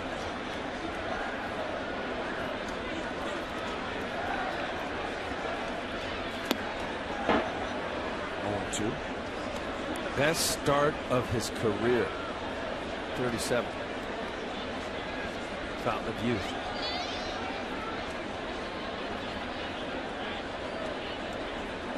You know, I keep saying it though, but it's got to feel so nice for him not to answer the questions that he had to answer last year. And you know what? We've both been there. You get older and you start struggling. That one is driven out to right field. Donut right there. That'll bring up Curtis Granderson. He's had quite a night so far. Well, he gets a fastball, 3-2. Knows exactly what to do with it. Hitting in front of Alex Rodriguez, you're going to get a lot of fastballs. And in the second inning, he gets another one on a 3-1 count into the second deck. Pretty nice start to his ball game. Homering against the Twins not unusual for Granderson. He has 21 career home runs against Minnesota. That's the most against any team in his career. Let's check out the home run leaders, brought to you by Delta. Granderson has 5, tied with Hamilton and Jones and Willingham for most in the American League. And there's Jeter, an unlikely name on that list. And in John Scadden report, he told you that Jeter hit his 4th last year late in July.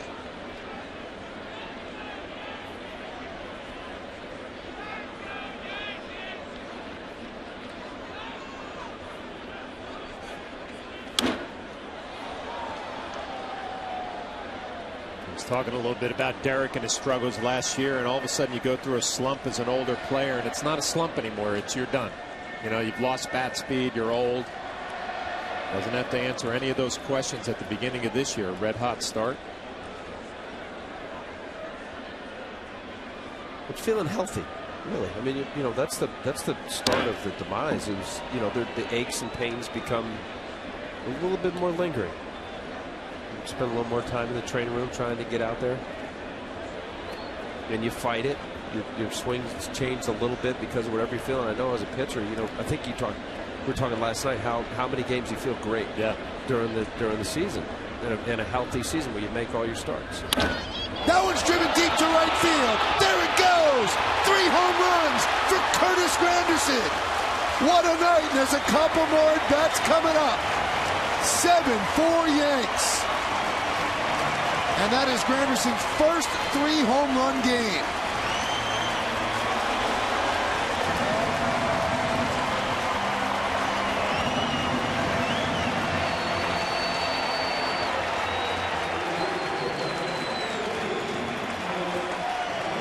Now he's alone atop the Delta home run leaders. Crowd wants curtain call. A-Rod steps out.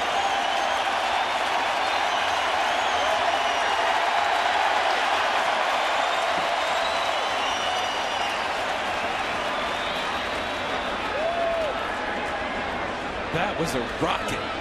I'd like to get the time on that. So it would have been a bad punt, but a good home run. No hang time at all. None. I mean, this is just waffle. Fastball away. Got a few of them. Gotten a good count in his last at bat against Swarzak. Jeff Gray, this ball was supposed to be away. I mean, this is just waffle quickly out of here. We talk all the time of some lineups and what great spots there are to hit in some lineups. Hitting second for the New York Yankees in front of Alex Rodriguez, Robinson Cano. I mean, you know, Nick Swisher had a lot of success in that spot. Curtis Granderson, obviously the year he had last year. I mean, mentally, you just know when you walk up to the plate, I'm going to get fastballs to hit. Now, you still have to hit them. And Curtis obviously has done a great job of that, but it clears you up a little bit mentally. You know you're going to get challenged day in and day out. he takes advantage of it.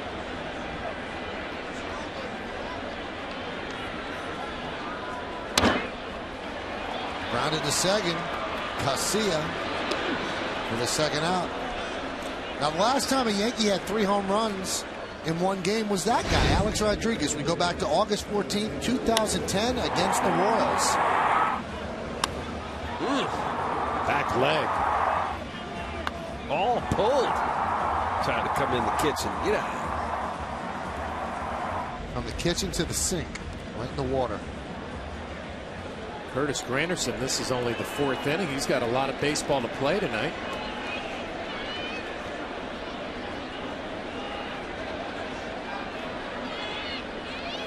For those new to the game, the most home runs ever hit in a game, 4. So he's got an opportunity. Many people have done it. And that's the first 3 home run game at the new Yankee Stadium. Grounded sharply to Casilla, and he will retire Cano, and that will do it. But Granderson, another home run. 1 run, 1 hit, no errors, and nobody left. A home run in the first, a home run in the second, a home run in the fourth. More to come.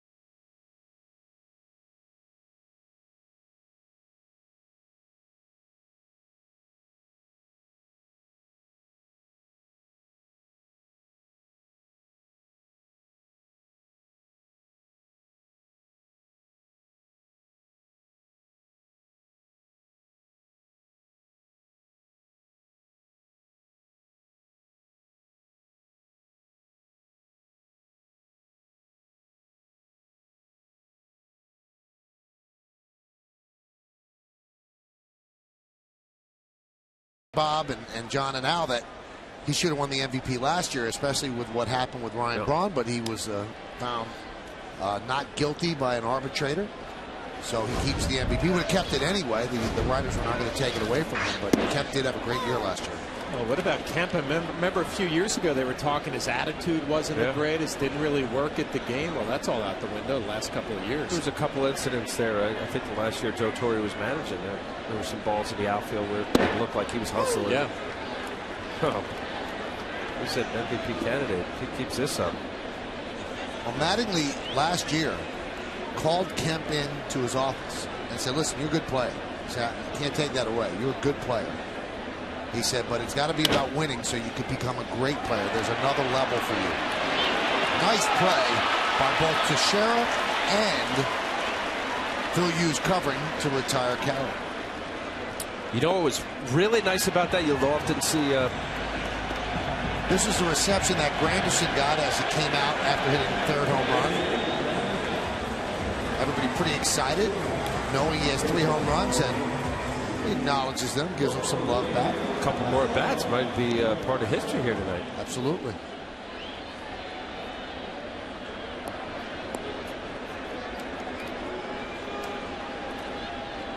Three home run games last 6 times in team history. As you can see, none of those, or the previous 5, did not get that 4th home run.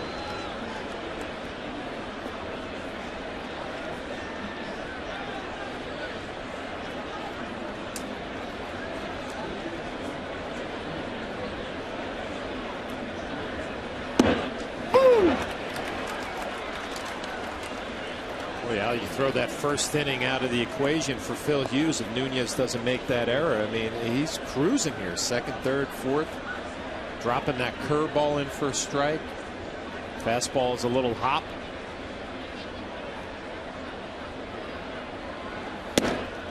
Yeah, that first inning. Well, even the second inning, ended up not giving up any runs, but he had another 21 pitch or 31 pitch in it. No, I got that one. It was only 12 pitch inning. But yeah, I mean, you eliminate the error. He's out of the inning. Ends up having to face 4 more batters. High fly ball deep left. Ibanez back, and he makes the play. 2 away. Let's throw it back to Bob Lorenzi. Has an update on Tampa Bay, Toronto.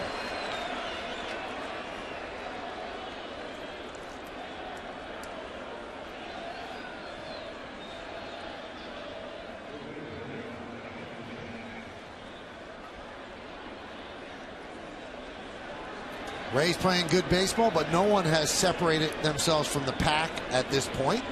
So you could stumble a little bit and you're okay. I mean, look at the Orioles. You put them in the mix. I mean, I know that most people would assume that they're not going to stick around long. Everybody was definitely talking up the Blue Jays, as they should. This AL East is going to come down to the wire, I think, with a few teams.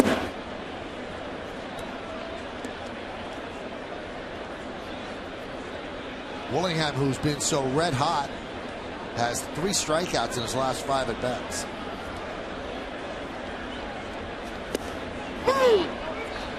Well, it's been the fastball too tonight from Phil Hughes to Willingham. He struck him out twice. Throwing the fastball right by him has just showed him off speed, slow him down a little bit, get him on his heels, and then throw the fastball right by him.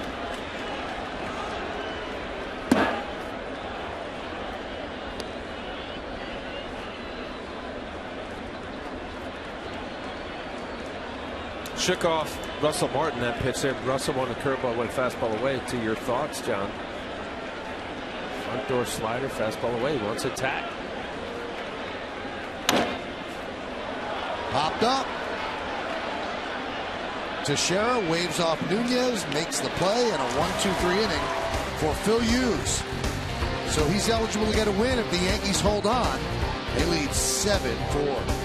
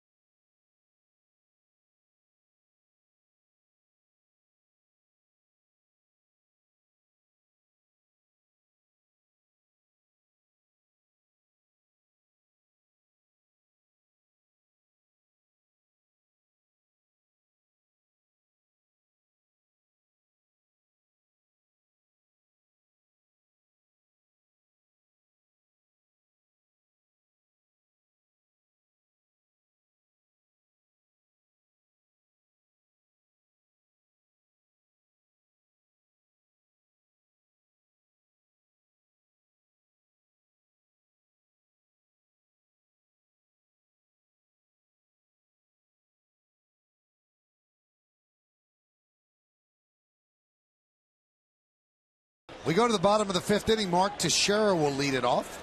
The Yankees lead this one 7-4 over the Twins, looking for a split of the 4-game set. Curtis Granderson has 3 home runs and 3 at-bats. There have been 15 major league players who have 4 home runs in a game. 2 of them were in the late 1890s. And in terms of the modern era, the first player to do it was Lou Gehrig on June 3rd of 1932 against the Philadelphia A's. The most recent player, Carlos Delgado, did it September 25th, 2003 for the Blue Jays against the Tampa Bay, at that time, Devil Rays. That one's grounded to first, and Teixeira is retired. The last 4 guys to have a 4 home run game. I told you about Delgado, then Sean Green, Mike Cameron, and Mark Whitten. Well, Mike Cameron would be the one that would be the most surprising. Mark Whitten. Hard hitting Mark Whitten. Man, he got a big swing. Played with him in Toronto. 5 of the 15 are in the Hall of Fame. Ed Delahanty, Lou Gehrig, Chuck Klein, Willie Mays, and Mike Schmidt.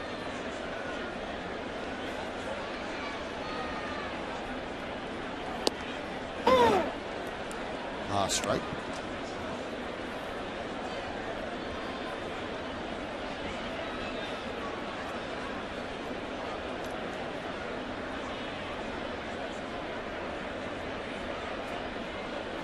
It's only happened twice in a year, once when Cameron and Sean Green did it in 2002.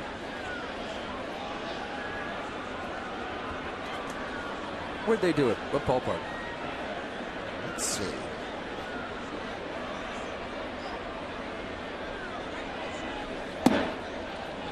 Mariners against the White Sox for Cameron. Not sure what ball. Cameron was in Chicago, and Sean Green, the Dodgers against Milwaukee.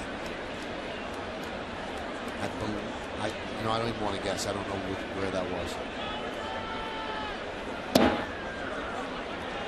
And if you do the math, we could see 2 more at-bats for Granderson.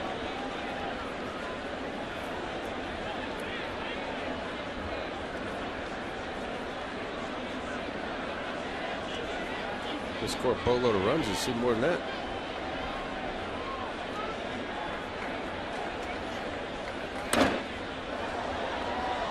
I was just to say, if you were on the precipice of maybe watching something special, phone your friends and tell them. Well, now you just tweet them. Tweet the world. Except you, Al. You're not on Twitter. You're one of these Twitter obsessed people, though, right? You think so? Once you got on, it's ridiculous.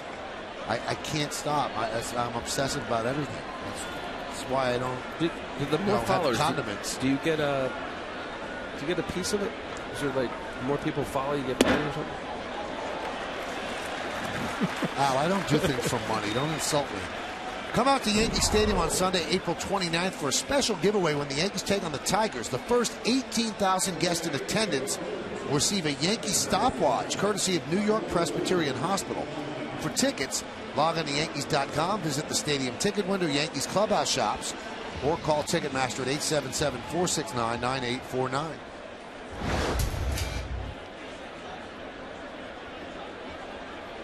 Keller has one of those stopwatches. Some hand warmers, too.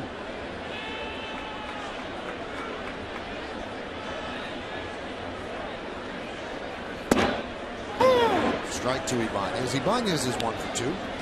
Jeff Gray on in relief of Anthony Swarzak, who did not last 3. So Brett Gardner going on the DL. Ibanez going to get some more opportunities in the outfield. More as an offensive player than a defensive player. Grounded to first off the glove of Parmalee. And a nice play by Casilla backing up, so you score that 3-4-3 as Swisher moves to second. Hot smash off of Parmalee's glove. Alexi Casilla being in the right place here, going after the ball, just eats him up. That ball was hit hard. Now Howie Carpin, our good buddy and the official scorer, is going to score that a 4-3. He does not want to give Parmalee an assist on that. Didn't we go through this last year with Howie? It hits his glove. How can you not score this a 3-4-3? I don't know. I would agree with you, John. So if it didn't hit 3, 4 wouldn't have got it. That's a good point. Well, you have a good relationship with Howie, John. Why don't you go rough him up and see if you can. I'm not going to go rough him up. The conversation, and you know, we went through this last year, and of course I can't remember game to game, so I'm not going to remember what he said last year. I'm going to go talk to him. Any excuse to get out of the booth. Speaking of official scoring, a lot of people have tweeted, well, what was that play where Russell Martin got crossed up and then it was scored a wild pitch? So keeping score at home and scored a wild pitch. Most cross-ups are, right? Depending on the official score. Okay. All right. That's a good call by Howie right there. I mean, there's nothing Martin could do. Right. A lot of times it will be scored, a pass ball, and then the official score after the game will ask the catcher will be crossed up. And then they'll change it, so you can change it. But how obvious, really? Of course he was crossed up. These guys can catch fastballs and curveballs.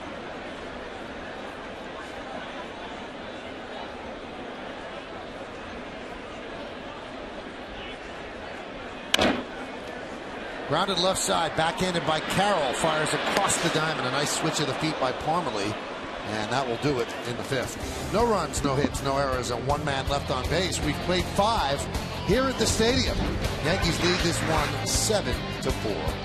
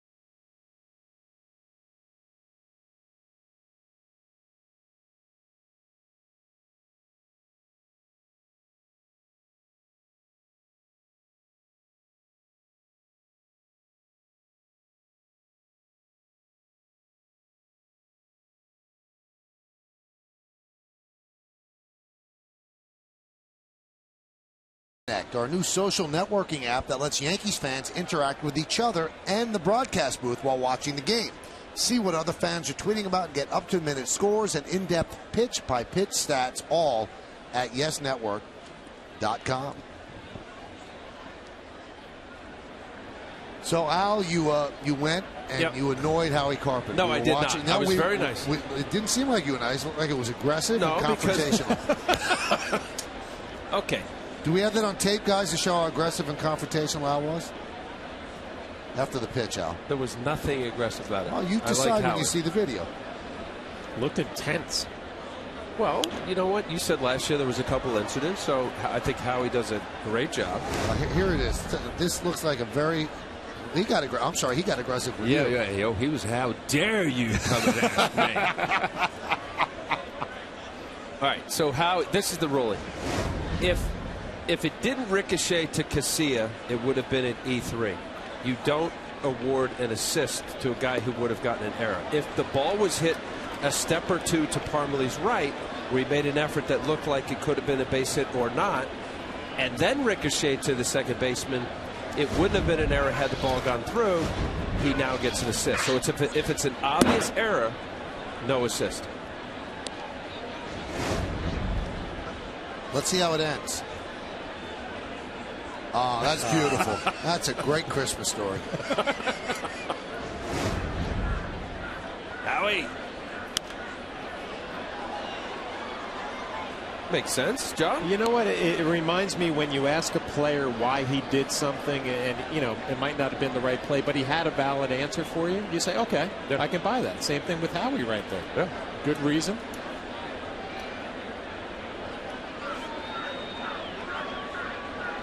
Made sense to me, but that's pretty easy for me.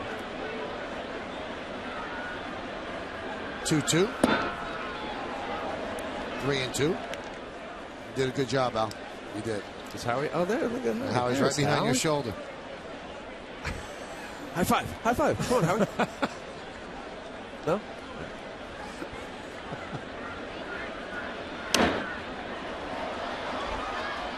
Foul behind the plate. Still 3-2. He did a pretty good job going all the way over there, having that conversation and getting back in time. That was impressive. You work up a little lather on the way. And a little Mountain Dew.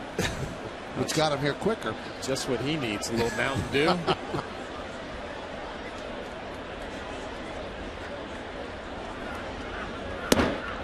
More no walks. Lead off walks. Pitching a great game. That pitch count, unfortunately for him, is going to cost him get deeper into the game here. There's some leadoff walks. Obviously, you don't like leadoff walks. That wasn't a terrible one to me. It was a pretty good battle with Morneau. Tough pitches, foul balls. He ends up walking them, which obviously you don't want to do with a 3-run lead. But still, pretty good at bat. It wasn't like that, 4-pitch, not even close. But you're up by 3. Yeah. And even in this case, you find this down and away window as that pitch there. He's up now, elevated. He's dotted some fastballs down and away, but we talked about this last night when Morneau was getting off on this series and how well he's done in New York. It's tough for left-handers if they have to pull a pitch that's down in this corner. Major league pitchers can do that. Hit that 7, 8 out of 10 times. That one is drilled deep to right field. There it goes. See ya. Ryan Domit with a monster home run into the second deck. And the Twins have pulled to within 1 at 7-6.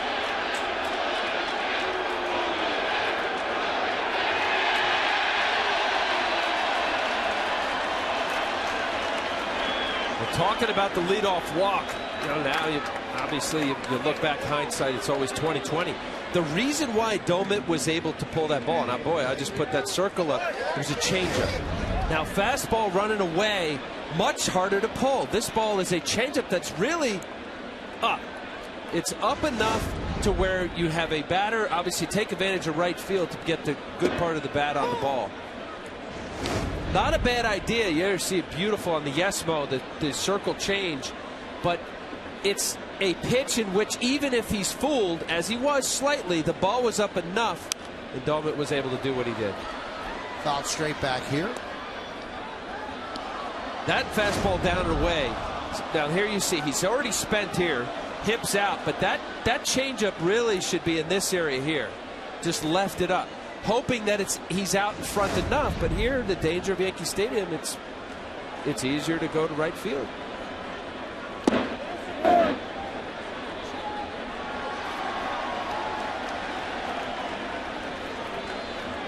Danny Valencia is saying, wait a minute, at least check first base umpire. Vic Carpazza saw it.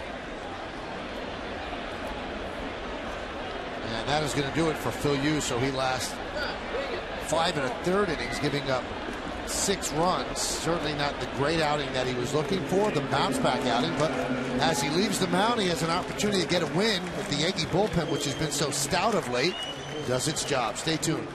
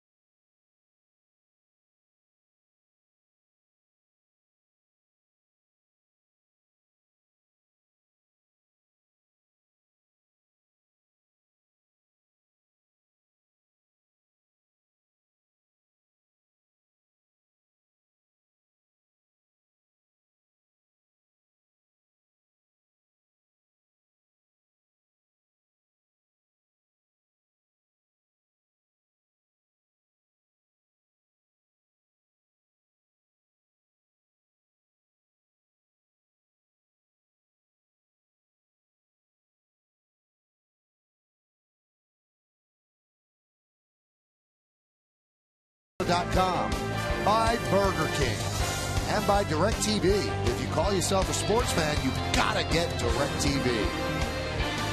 A lot of action in this game. Derek Jeter ties Dave Winfield for 18th place on the hits list. Mark Teixeira, his first home run of the year. And Curtis Granderson, 3 home runs.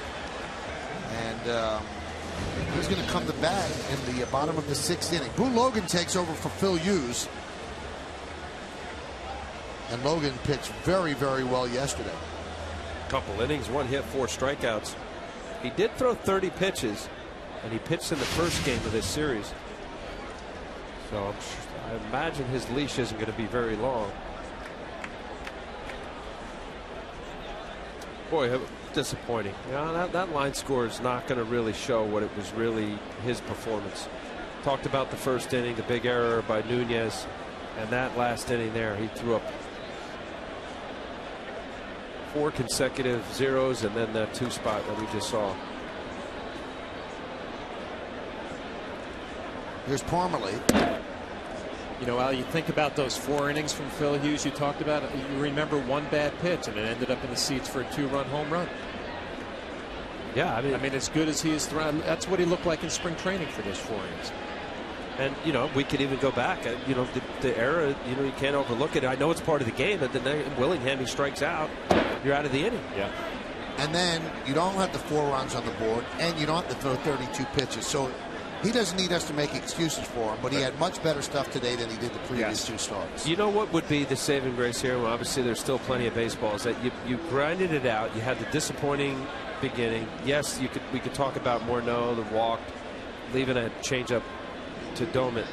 But if the Yankees pull this out and they win the ball game, he gets a W. That somewhere deep down tonight, he's feeling pretty good. Parmalee rips one down the right field line. It's a base hit. It goes into the corner. Swisher will play it and get it in. A double by Parmalee against Boone Logan.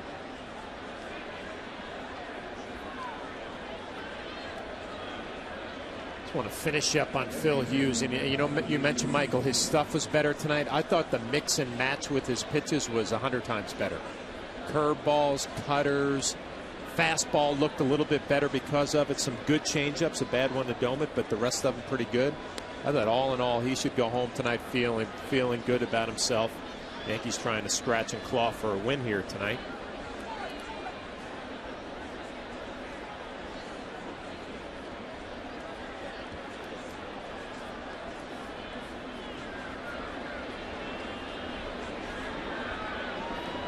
Runner at second, 1 man out. Casilla takes a strike.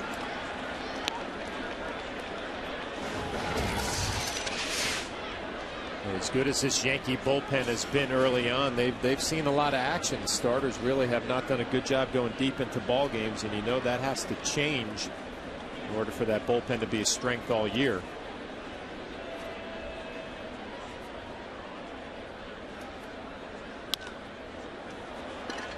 Popped up down the right field line. Long run for Swisher. He'll make the play.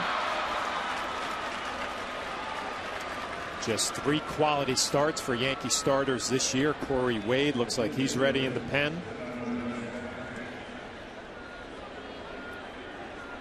Missed out another quality start. 6 innings, 3 runs or less tonight.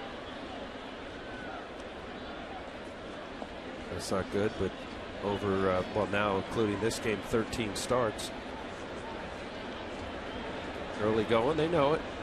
You know, this is where, yeah, I always believe that, you know, as a starting pitcher, the ebb and flow of the season, and if you have a complete staff, there are moments during the season where, you know, you're stellar as a rotation.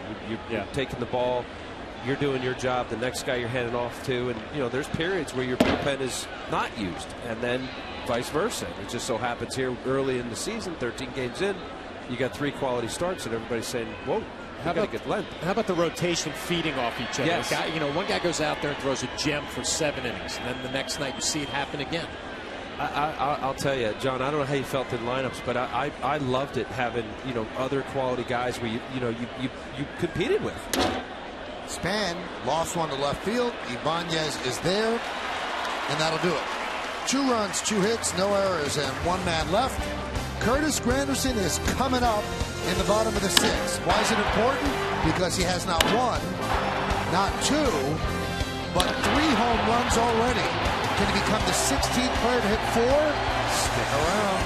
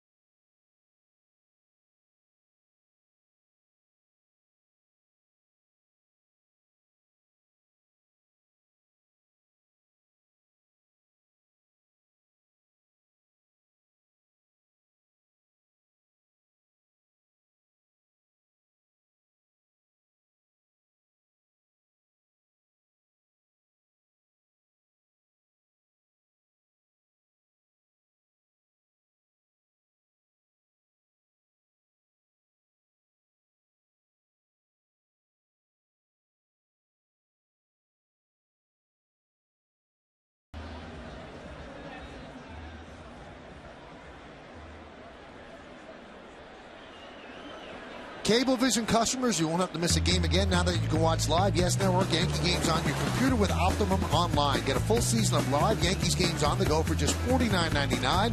If you're an Optimum Online customer who watches Yes on IOTV, go to YesNetwork.com to get more information and subscribe now. Eduardo Nunez takes a strike.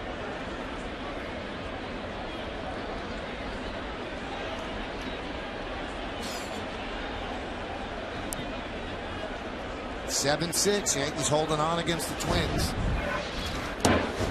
It'll be 9-1-2 in the Yankee order. Nunez, Jeter, and Granderson. Alex Burnett is warming.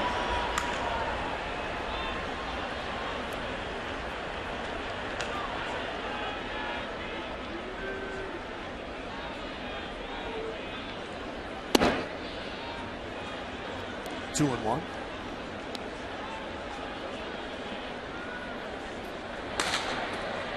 Soriano getting ready.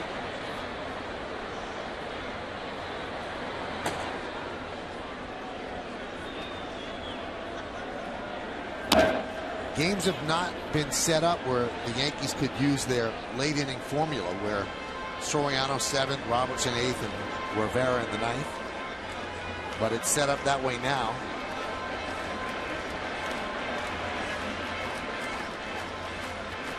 What'd you call it? The Soromo?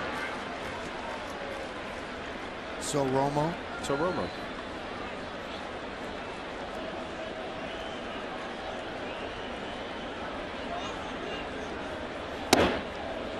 Mountain Dew starting to kick in. No, he used to, or maybe that was Java part of that. You had some little Joe Somo. Java, Soriano, and Mo.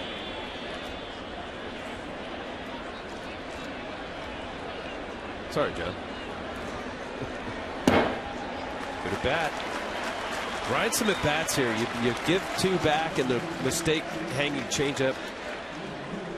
Phil Hughes make this ball game closer.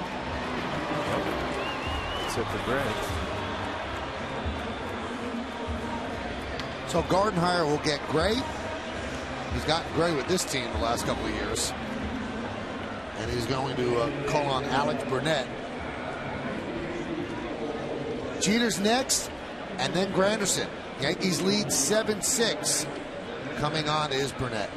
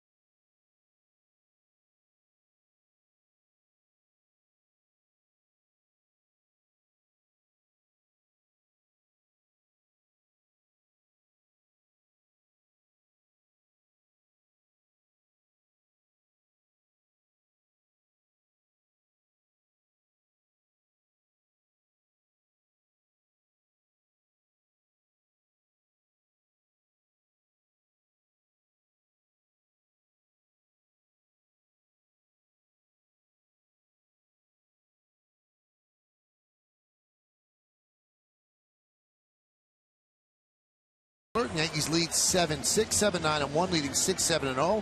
Granderson with 3 home runs and 4 ribbies. Last player with 3 home runs through 4 innings was Alfonso Soriano with the Cubs on June 8th of 07. Mark Teixeira's first home run of the year.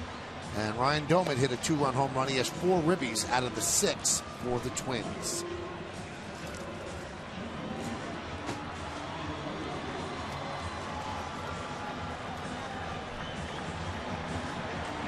So here's Alex Burnett. 5 games. Has not allowed an earned run.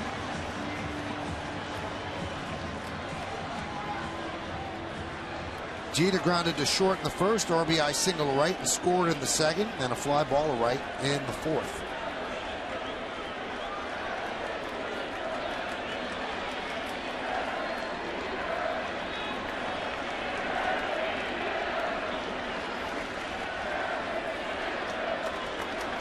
Runner goes. There's a strike. Throw to second. Not in time. Stolen base for Nunez. Eduardo Nunez exciting on the base paths, gets a great jump. Mauer a high throw. There's going to be no play. Easily steals second base, his second of the season. Love the aggressiveness there, not wasting any time. First pitch, take off. Now there's some options for Derek Jeter here to advance him. Swinging the bat well, you'd expect him to try to hit the ball the other way.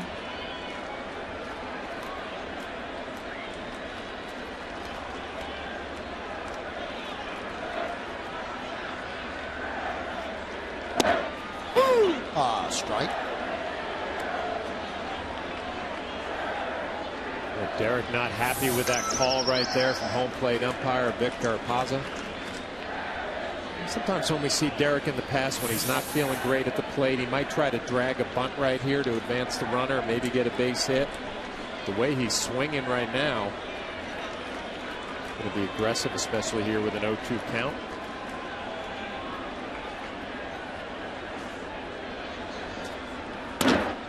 Right back to the mound, so he doesn't get the runner over. Burnett throws to first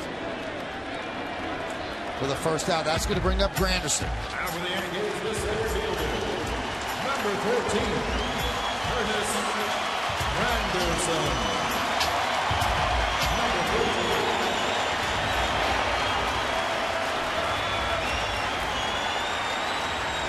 Now everybody's aware he has 3 home runs, solo shot in the first.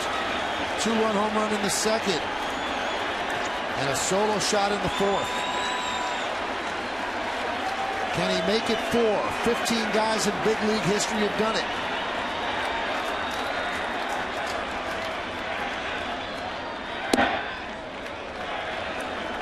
One and 0. Does Mauer call one pitch inside? Well, I'm thinking also about Burnett here. I mean, do you pitch to the game situation, runner at second trying to get an out, or in the back of your mind, you know this guy has 3 jacks. Saying stay away. Oh, here he comes. I wonder if that surprised him. Sets up in. This ball runs middle of the plate. You know, Mauer back there might be thinking, you know, our report is to get him inside, but we haven't executed. We've tried, but we haven't gotten in there.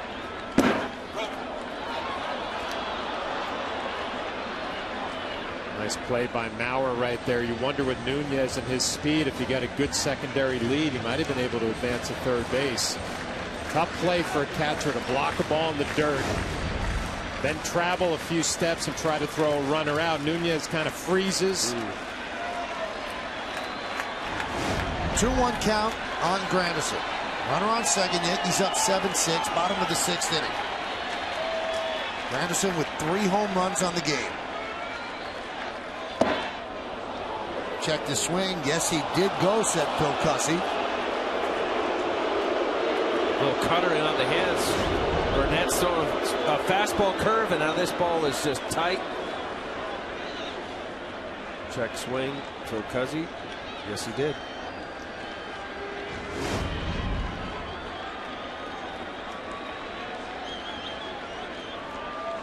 Two balls, 2 strikes.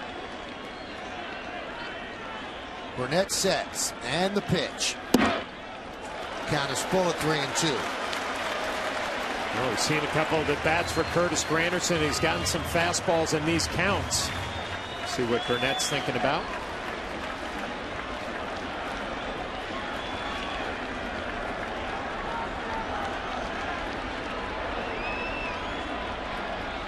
And the 3-2 pitch, foul back. Had a good cut at that one.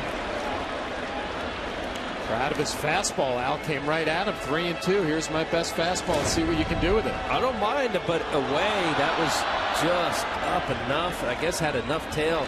It's a healthy cut by Granderson.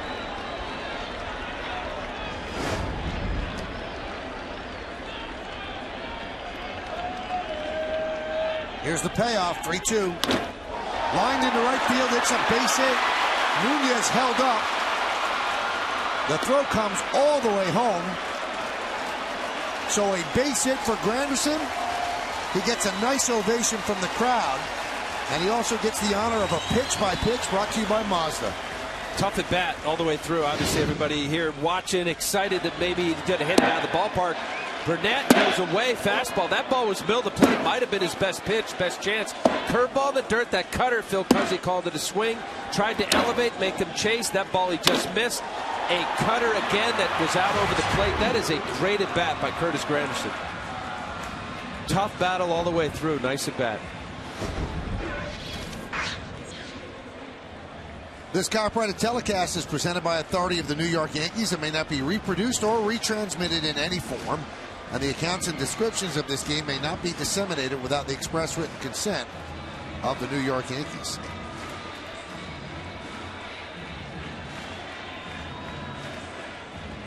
Not too bad in 4 at-bats. Curtis Granderson with 13 total bases, 3 home runs and a single.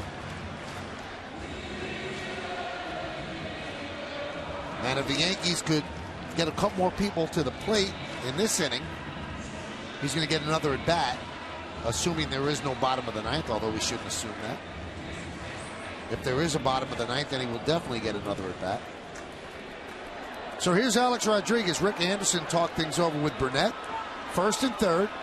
Twins are double play depth. There's 1 out.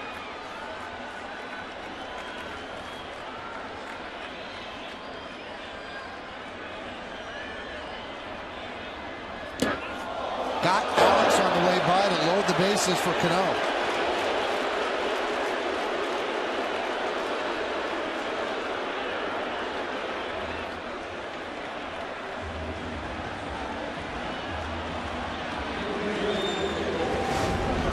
Well, trying to run a fastball in on his hands. Just clips his left quad. Sure, Burnett thinking about the possibility of a double. He's got his back leg, actually. Thinking about a double play, trying to run a fastball in on his hands. He's got away from him a little bit. Here's Cano, the cleanup batter. This is the 13th game of the year. The Yankees have had 2 runs batted in out of this spot in the lineup, both of them in last night's loss. Cano is 0 for 3 today. Foul back. He throws that one again. That's going to be hit hard. The backup slider, middle of the plate.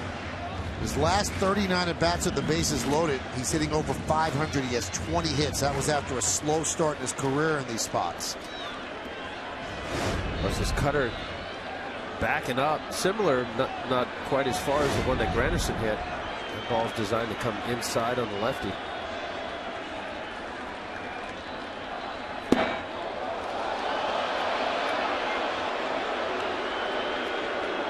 They say Al, move somebody's feet, throw a fastball inside, move the feet, try to make a hitter uncomfortable. Threw a bad backdoor slider, came back with a fastball in. Nunez on third, Granderson is at second. Alex Rodriguez is at first. 7-6 Yankees. Big spot in this game, give the Yankee bullpen some working room, breathing room. Ground ball to Casilla. This could be 2. There's 1. On to first. It's a double play. A big double play for Burnett. Cano hit it hard, but right at Casilla for an inning-ending 4-6-3. No runs a hit, no errors in. 2 men left on base. We have completed 6 at the stadium. Yankees up by 1.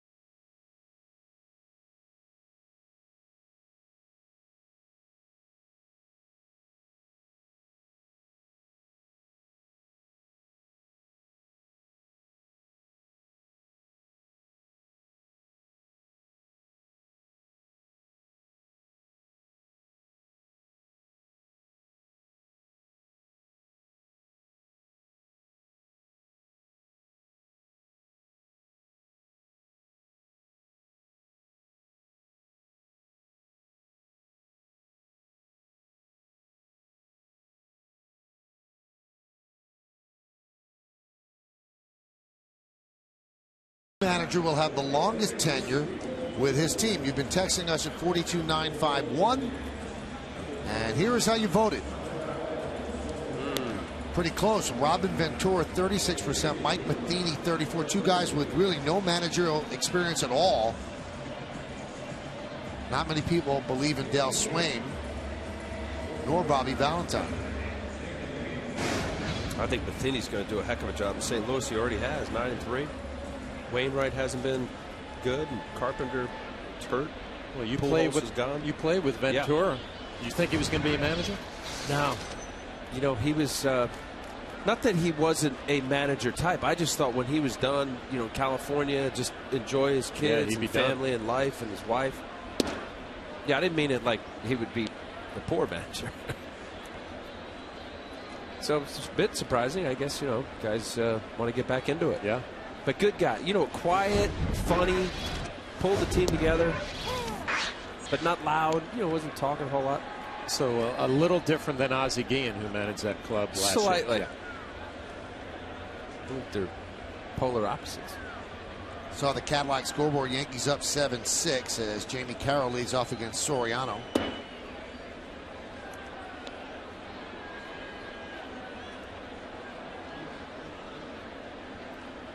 Carroll 1 for 3 today. Singled in the first inning, scored a run. Reached on a fielder's choice, grounded to first.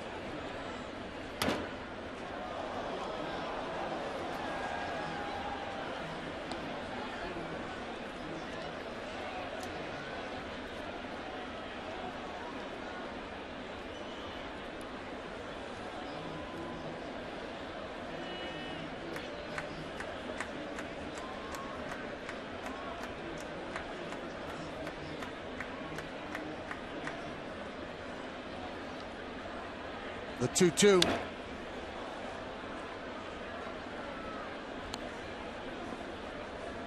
Rafael Soriano is not one of those guys, throw the ball, get the ball back, throw the ball. He takes his time between pitches. Very deliberate.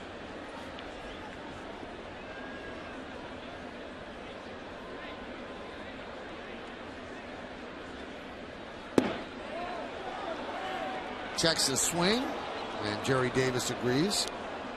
Where's the pitch? That's what I was thinking. Pitch looked pretty good. Check swing had a chance.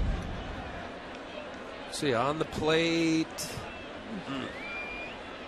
He caught it off the plate. Oh, that a perfect pitch with 2 strikes, just off.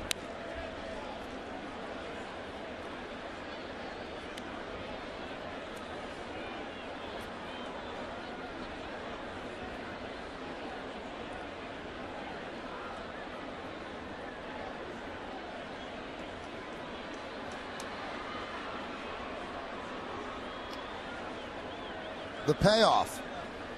Swing and a miss. He got him. Strikeout of Carroll. Let's get another update. We go to the studio and Bob Lorenz.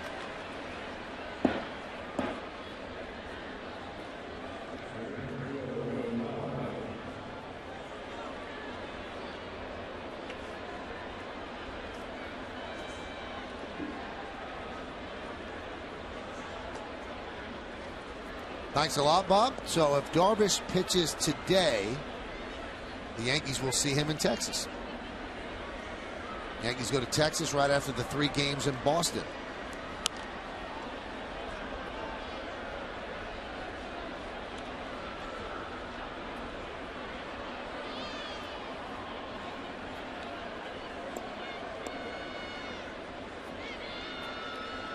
Mauer's not had a great birthday at the plate. 0 for 3. Did reach on an E4. That was a big error.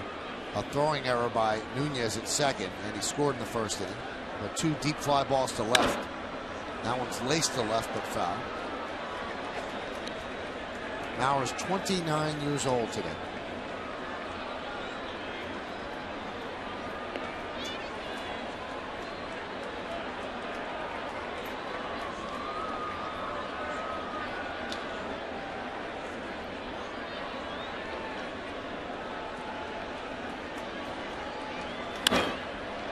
And he finally gets a base hit on his birthday, a single right field. Swisher will get the ball in. You watch Joe Mauer all night, and he's hitting balls the other way and driving them, relatively deep right at the beginning of the warning track. So you think you can beat him in, and they go up and in, and he's still able to cover it and drive it into right center field for a base hit. I mean, that is some plate coverage right there, where all night he was hitting balls the other way, and you take one shot in there, and he still beats you to the spot. Up and in. Yeah, tough. It's tough to do. Good location. That's what you want to do. Maybe you could say, okay, it's a little higher. It's a good pitch. Willingham rockets one past A-Rod into left field for a base hit. Willingham now has a 13-game hitting streak, and the Twins have a rally, first and second with 1 out here in the 7th. And Willingham happy to see Phil Hughes out of the ball game. He had a little trouble with his fastball, but no trouble with Soriano's jumping on the first one that he sees. Past a diving Alex Rodriguez, and big at bat in the ball game. Morneau has been hot in this series, and he's got an opportunity here with 1 out, first and second.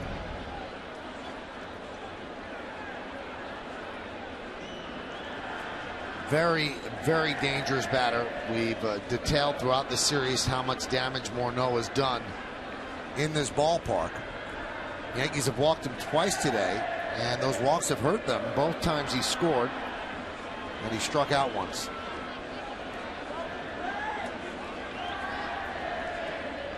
Morneau 0 for 5 against Soriano in his career. And that jumps up and hits Morneau.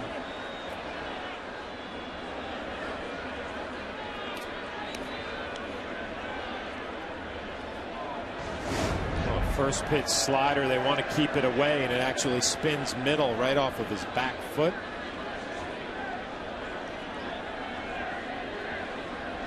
Front foot. Well, getting the legs and the feet all mixed up tonight with foul balls hit by pitches.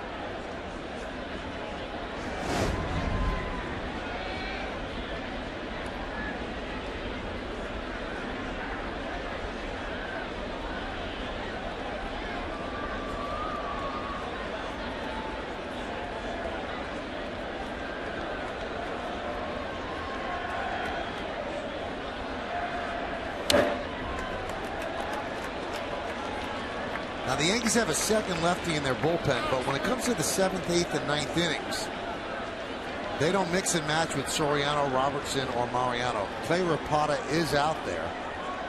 Now Morneau has hurt them so much, but John gave you the stats: 0 for 5 against Soriano. And 1 for 5 against Rapata. I don't know if that played into it or not. And now he's 0 for 6 as he could not hold up on the high fastball. 2 away. Let's check out how they went up against Morneau. Well, Soriano started out with a backdoor slider, hit Morneau in the foot. Missed that pitch. That looked like a very hittable pitch. Could not hold off on that. That ball just carried think it looked similar to the previous pitch, except it had better carry and rode high up through the zone. Corno couldn't lay off. Here's Ryan Domit. He has 4 ribbies tonight. There's a strike to Domit.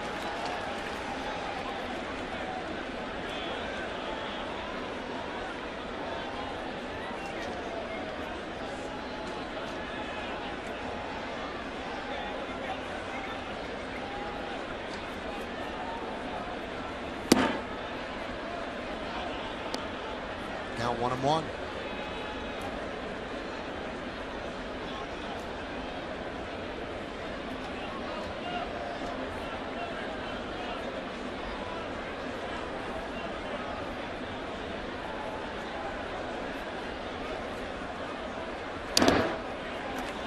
And the count now 1-2. 1 strike away from getting out of it. Yankees lead 7-6.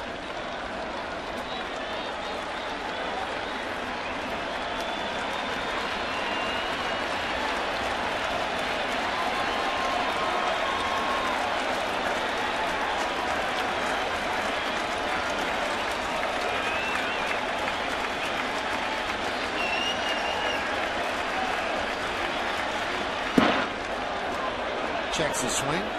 2-2.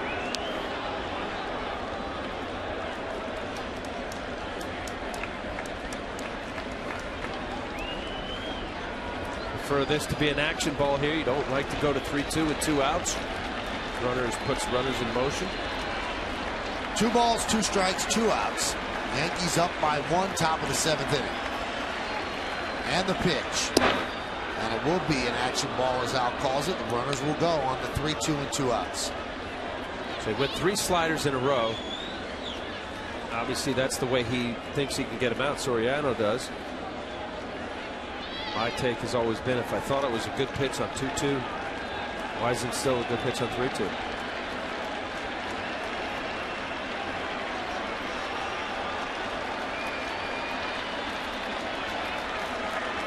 Here's the payoff. Hammered foul. Hung it. 4 in a row. 4 sliders in a row. 5 of the 6 pitches he's seen are sliders. That's a little meeting of the minds right here. Okay, what do you want to do? I know we've been pounding sliders. Dotted 2-seam fastball down the way.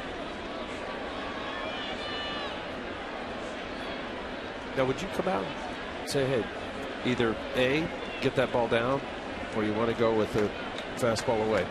Saw what he did with the changeup with Hughes.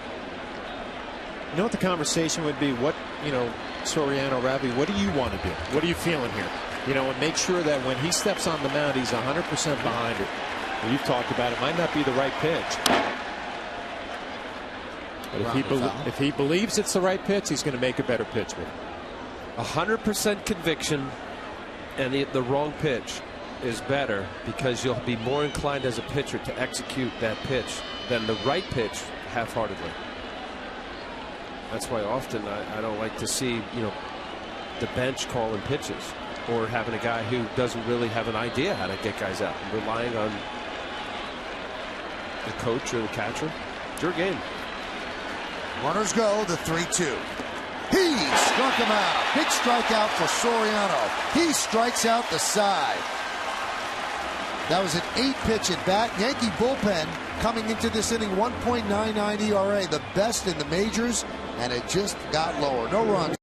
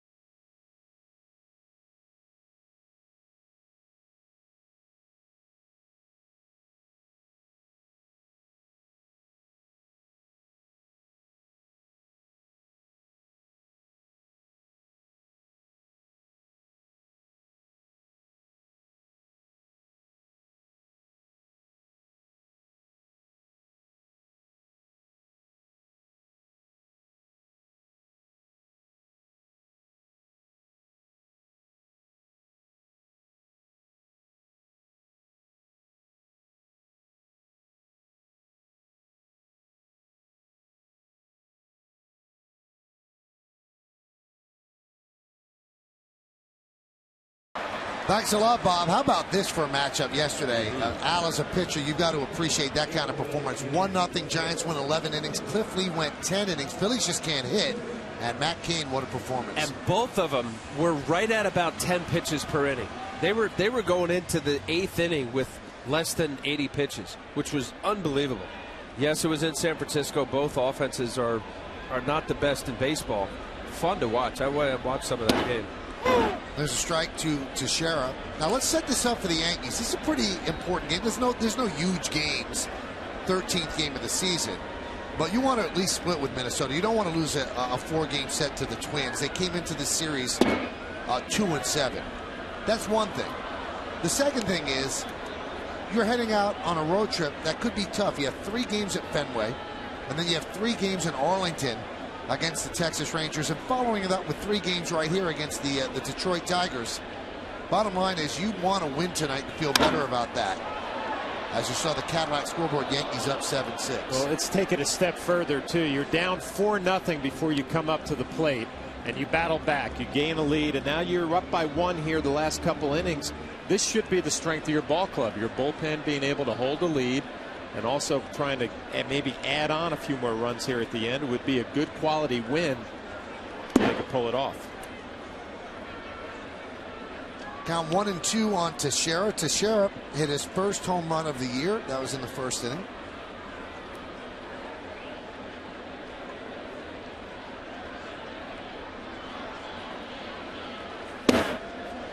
Burnett's got a pretty live arm. Seen him a couple of times in this series.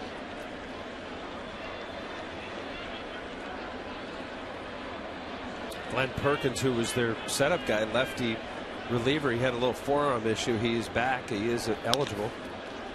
Ground ball and through for a base hit.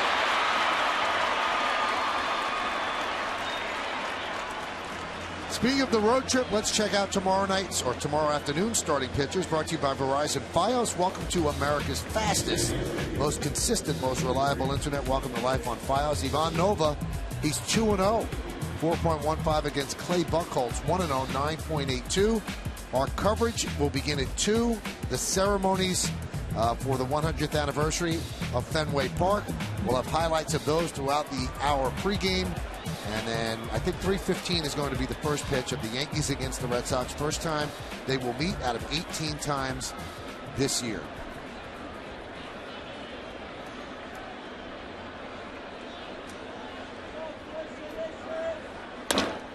Nick Swisher hits one deep to center field.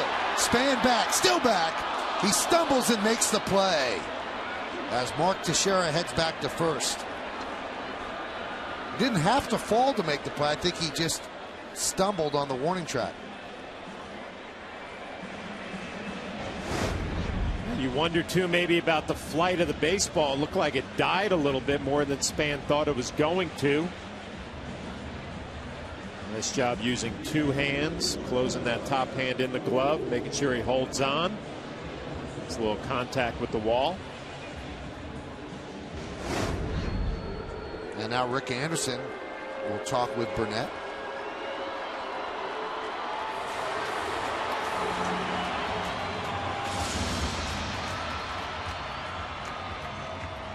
Now, a side note, obviously the outcome of the game is the most important thing as David Robertson gets ready.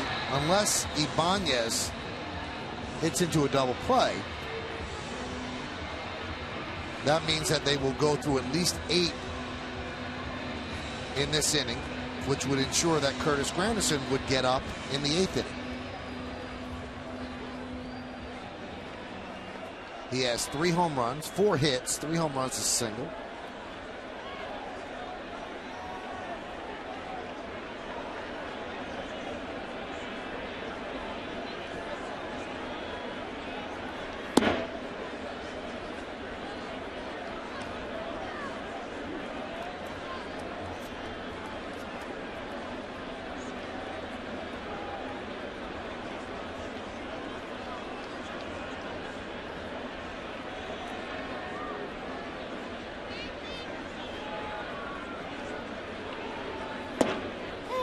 There's a strike to Ibanez. Ibanez 1 for 3 tonight.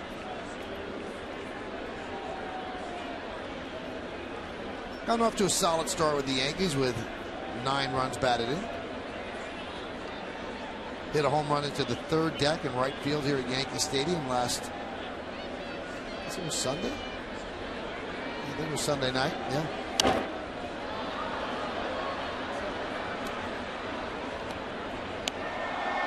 Good pickup for the Yankees now with Gardner down, who's going to get a lot more playing time. Good thing about the Yankees and their ability to get veteran guys, a strong bench. Here's Gardner talking to Barrett. Gardner's elbow was injured earlier in this series in the Tuesday game. Made a nice play out in left field. There's a base hit up the middle for Ibanez. Let's take a look at how Gardner got hurt.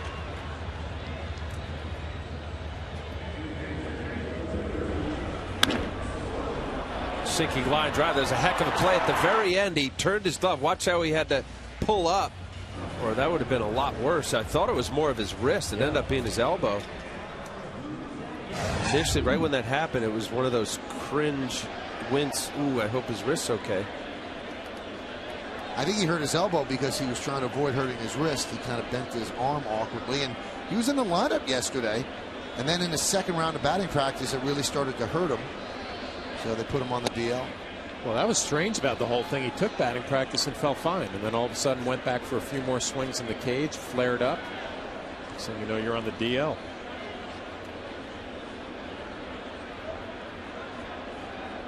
And he had been pretty solid at the bottom of the order for the Yankees. Also got off to a decent start.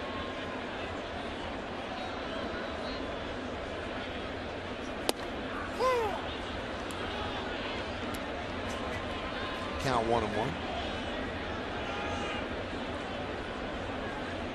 This be a big hit for not only the Yankees get a chance to score a run here, but Russell Martin has been struggling start of the season, the 138 batting average.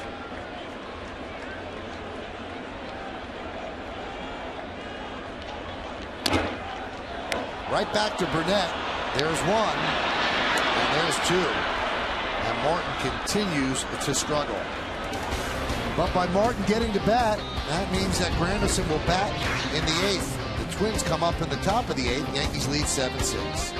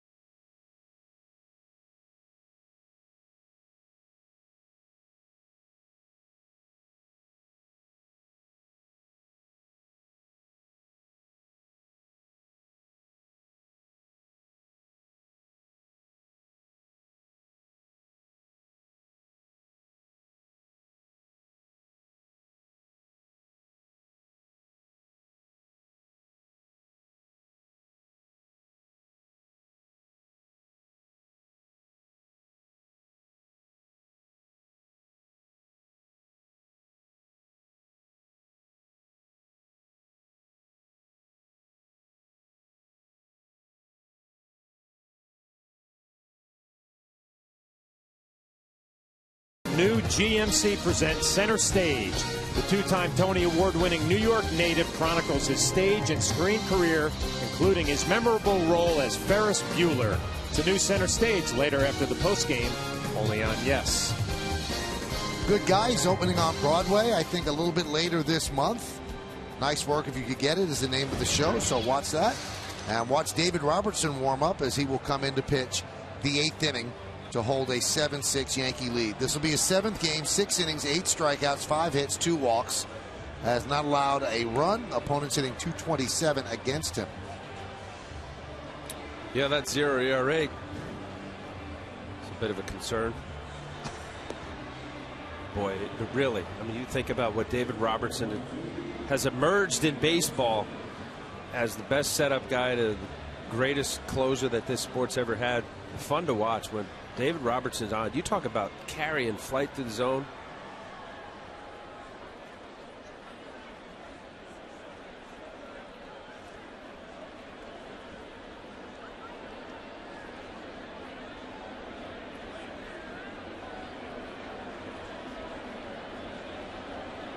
Hyundai scoreboard 7-6. The Yankees up. Bottom third of the order against Robertson. And a strike. Well, you think back to spring training and that foot injury for David Robertson, and you start panicking a little bit if you're a Yankee fan. But he's shown no ill effects. A couple outings of spring training, everything looks fine, and off to a great start this year again. That one is driven deep to left center field. That ball is one hop over the wall for a double.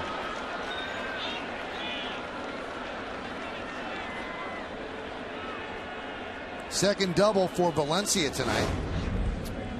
Well, that's one of those down the middle after a strike first pitch. Danny Valencia going left center field. Bouncing into the Twins bullpen. Really got his foot down early, Valencia, right there, getting ready for that fastball.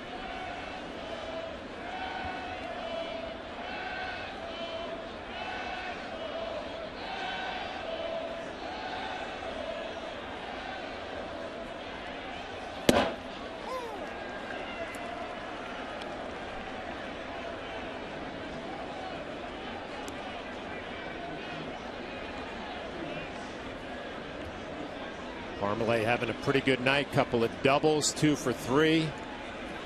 His job to advance Valencia to third base.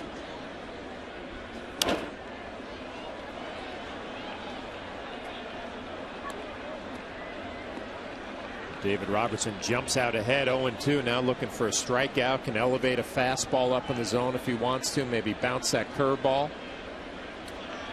Yeah, that's, you know, I'm thinking along with you, but the bounce on the curveball, you got to trust that your catcher can block it. I know you got the tying run. Potentially it could advance a base 90 feet away. There it is. Nice job, Russell Martin. That's a big out for Robertson as the runner does not advance. And that's something that would really upset Gardenhire. That's not Twins baseball. Now they're fundamentally sound, usually advancing a runner not a problem, but you give Martin credit here for blocking the baseball, especially a guy who has gotten off to a slow start offensively, not bringing that behind the plate with him. Nice job blocking the ball, getting a big out.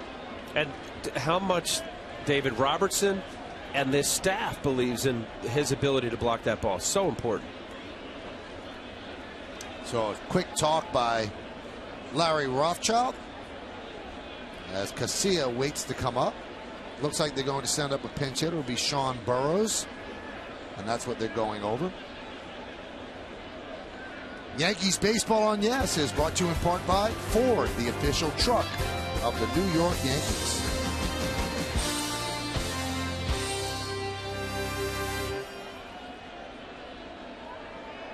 Burrows, a former first-round draft pick of the Padres. Never really reached the heights that people thought. Got a hit yesterday, 1 for 9. Lefty bat off the bench for the Twins. Could be jumping early. Pinch hitters look for a fastball early in the count. Don't like to have to get, especially with Robertson off-speed pitch. There it is. You got a guy that's sitting down that dugout, hitting off the tee in the cage. They think dead red first pitch. Good call from Russell Martin. Nice pitch.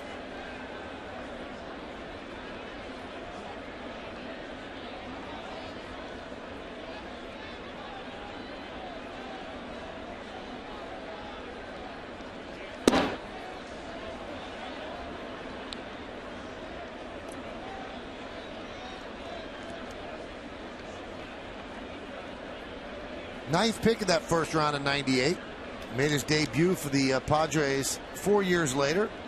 Signed with the Twins as a free agent this January.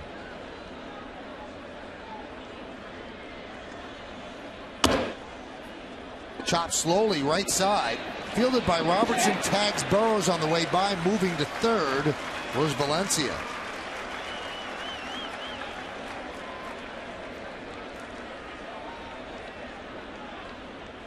David Robertson just pouncing. Got a curveball down, hits it off the home plate.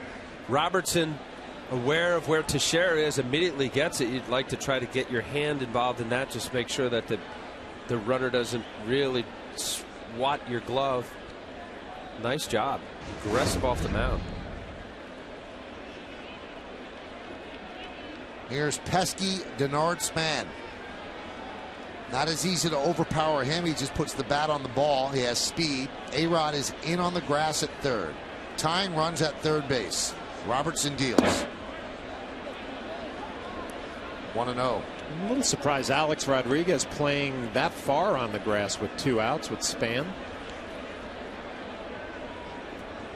Give Span the opportunity to slap one by him.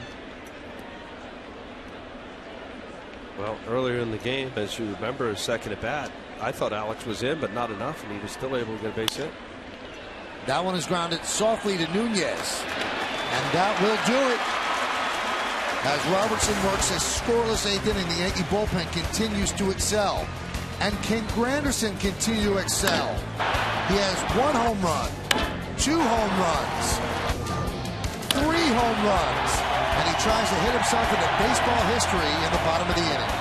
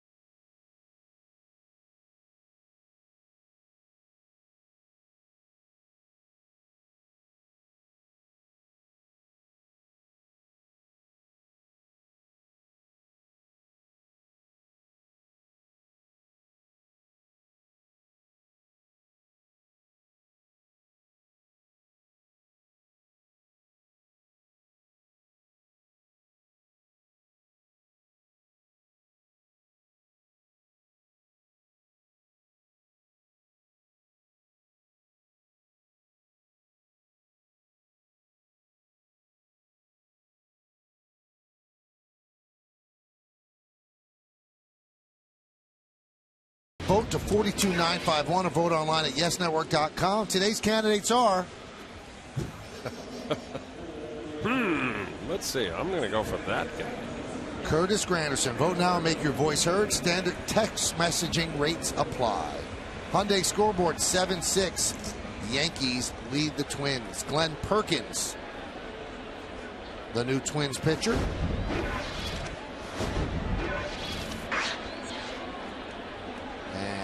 You can see he's left-handed, so that usually didn't bother Granderson last year.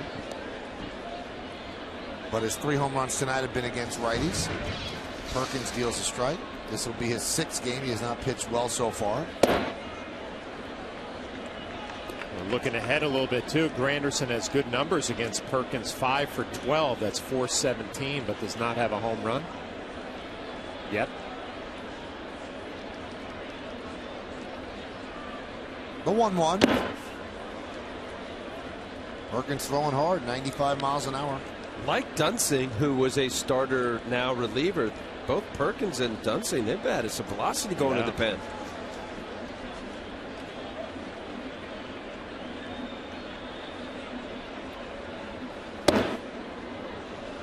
I think it's a little simpler mentally out of the pen now. You know, it's like, here's my best pitch, and maybe I'll mix in another one. Yeah, it is absolutely empty the tank every appearance, and you're going to give it your best stuff. Saw Mariano Rivera getting ready.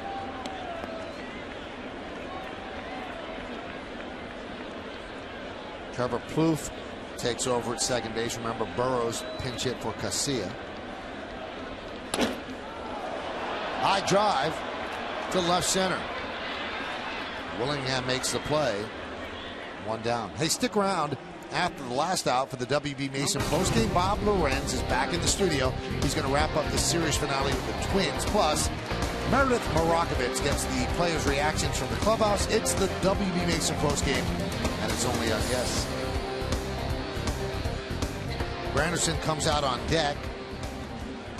But first, Derek Jeter comes up. How rare is it to have Derek Jeter walk in a room and not be the center of attention? People are looking past this at bat to Curtis Granderson.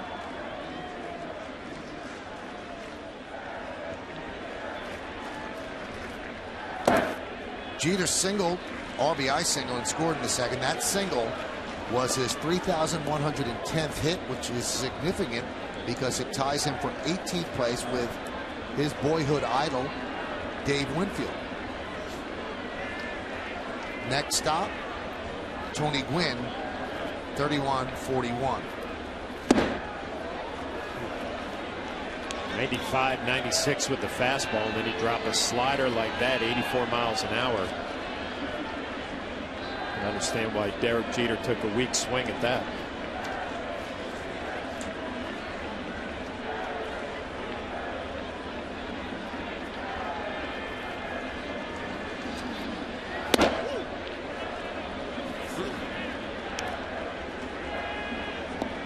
Crowd of 40,327 here at the stadium on a Thursday evening in the Bronx.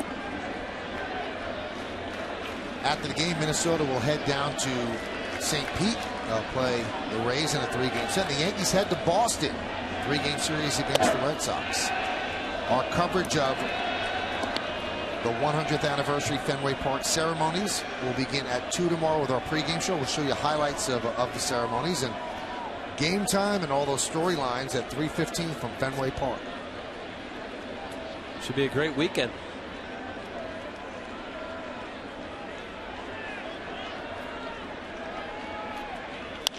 Grounded and grabbed there by Perkins. Two-way, and that's going to bring up Granderson. He'll get a nice hang. And he's outfielding.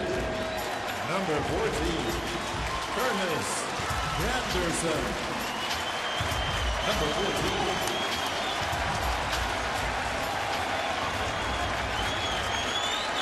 This game's about 3 hours old. Granderson has 3 home runs. So he's had more home runs in 3 hours than A-Rod, Teixeira, Pujols, and Ortiz combined this year.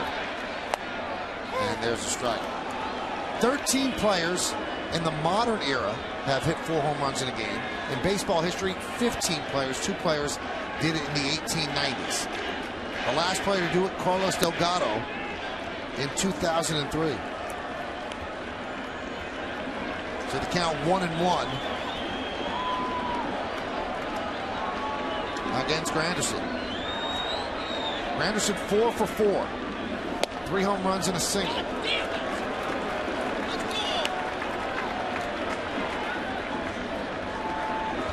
First Yankee with a 3 home run game from the second spot in the order since our lakefront Bobby Mercer did it in 1970.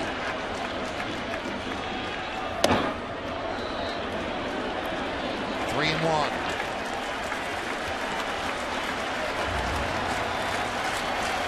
Alex Rodriguez, the last Yankee to hit 3 home runs in a game. Can Granderson do it here? The 3-1.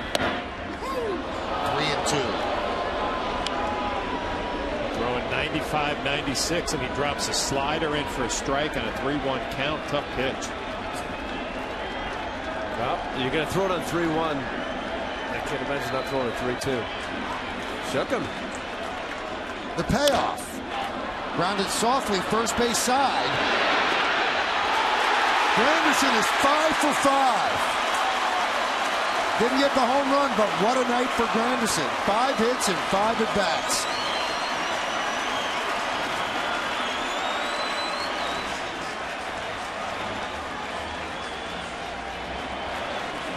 What a night for Curtis Granderson.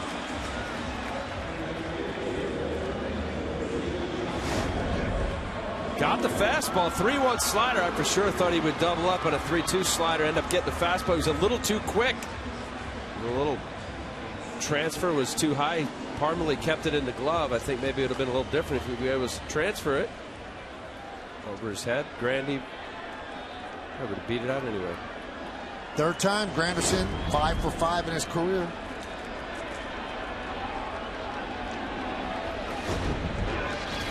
Here's Alex Rodriguez. There's a strike.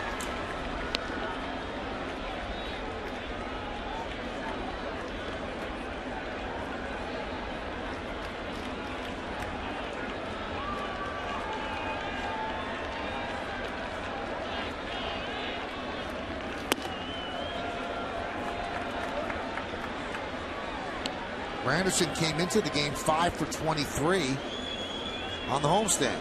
Not that great. If he doesn't get another at bat, he's 10 for 28, which is outstanding. One day he changed the face of his homestand.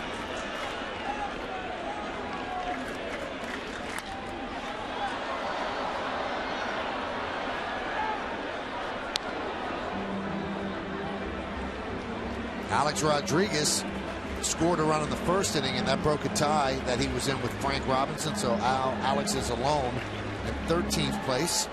13 runs scored away from Craig Biggio.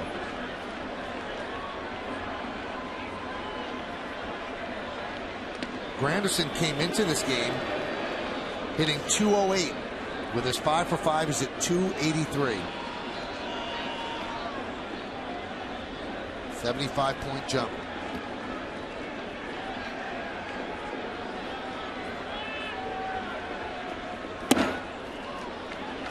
Two and two. Let's look ahead to the 9th inning, and it's not going to be easy for Mariano. It's Jamie Carroll, Joe Mauer, Josh Willingham, and if anybody gets on, Justin Morneau. So Mariano will earn this save.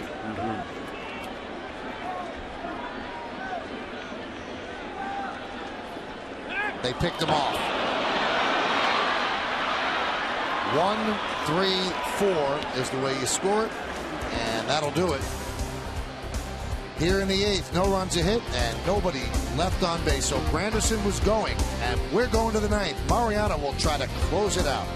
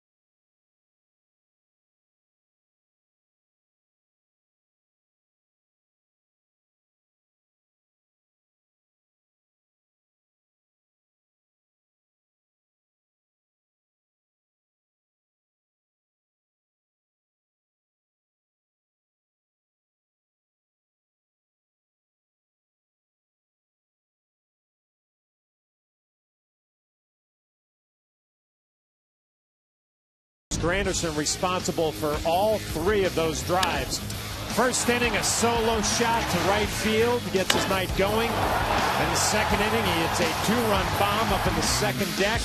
And then the fourth, for good measure, another home run. 3 on the night for Curtis Granderson. And those 3 drives are Land Rover drives of the game.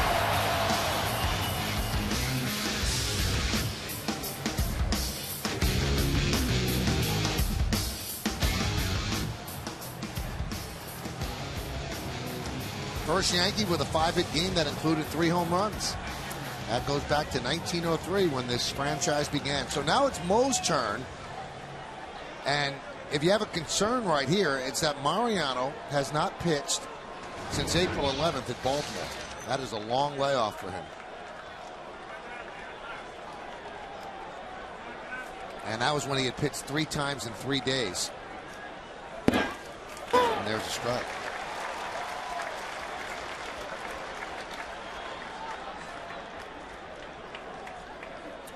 And not only for a closer, but all relievers, they want to touch the ball. They want to get out there every few days max.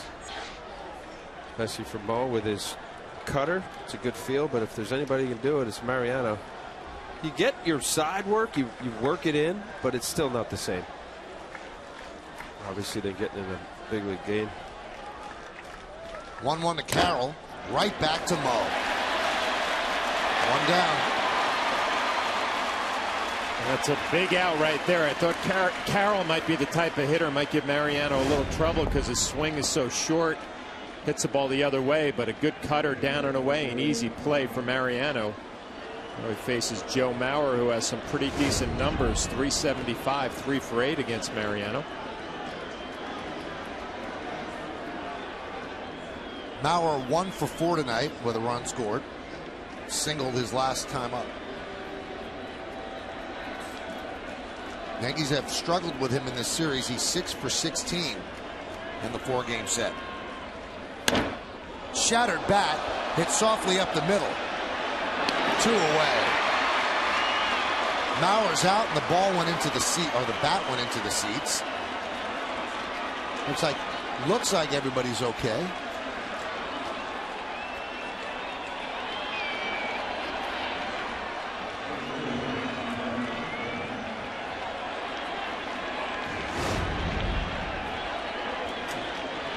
Loses the grip on the bat. It didn't look like it broke or shattered.